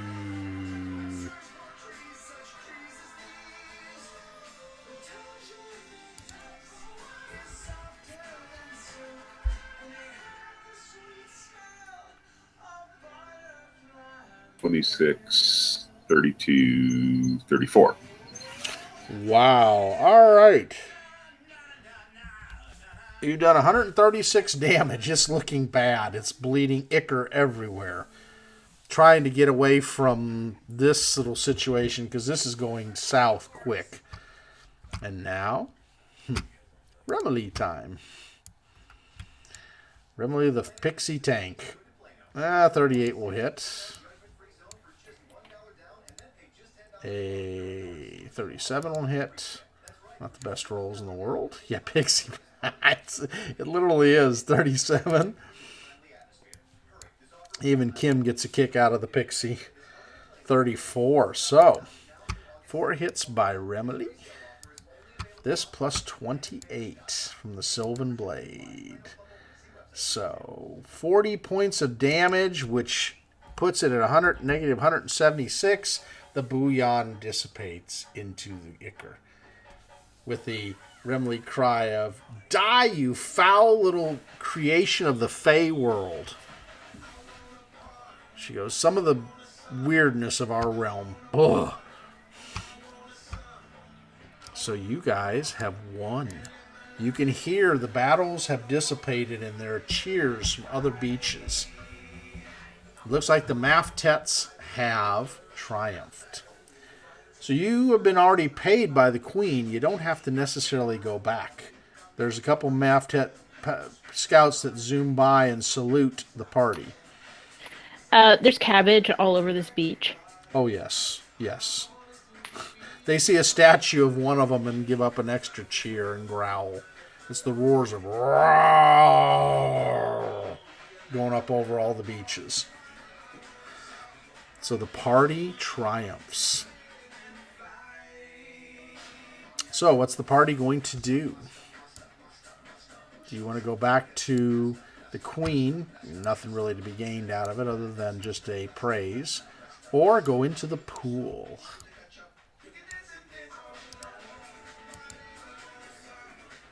Everybody does want a samba after that little battle. I'm down with the pool. Into the pool. All right. So the party's doing their little victory shuffle. Now the thing that Damien put up is still there, even though you can hear something chipping away at it. All right. So the party is here. Here. Because Painbin must kiss the treasure and have it put into the portable hole. Even though he mourns it must go into the portable hole. But some things must happen. And there's Ragni that's come in because she can fit just in there. All right. And I can get rid of the beach. Party on the Ipanema. All right, folks. There you go. So you guys going to take a couple minutes? Yeah, I was going to ask. Hey, look at you. We're on the same tempo. Yes. All right. Everybody I got to run out and pick something up. It's like right up the street, and then I'll... Okay. Do we going to take a quick 10, 15-minute break so everybody can get anything they want to munch and anything? Sounds good. All right. See you guys All right. back in 15 minutes. See ya. All right. Yes, yes. All right, kiddo. Want to brush your teeth, or are you still hungry? All right. I will get you something else, and we'll brush your teeth afterwards. Sounds good. You want to watch something? You've been so good. I'll put something on for you. How about BattleBots? Fine. If you want to watch BattleBots, I will put on BattleBots. What about it's a little robot bird? All right. We can do the BattleBots. Yes, yes. Yes, yes.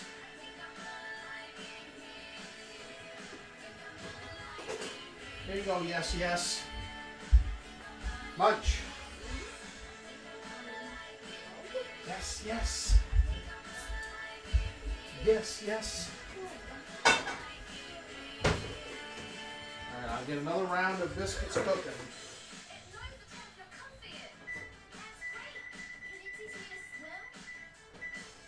Uh-oh. Go shut this off.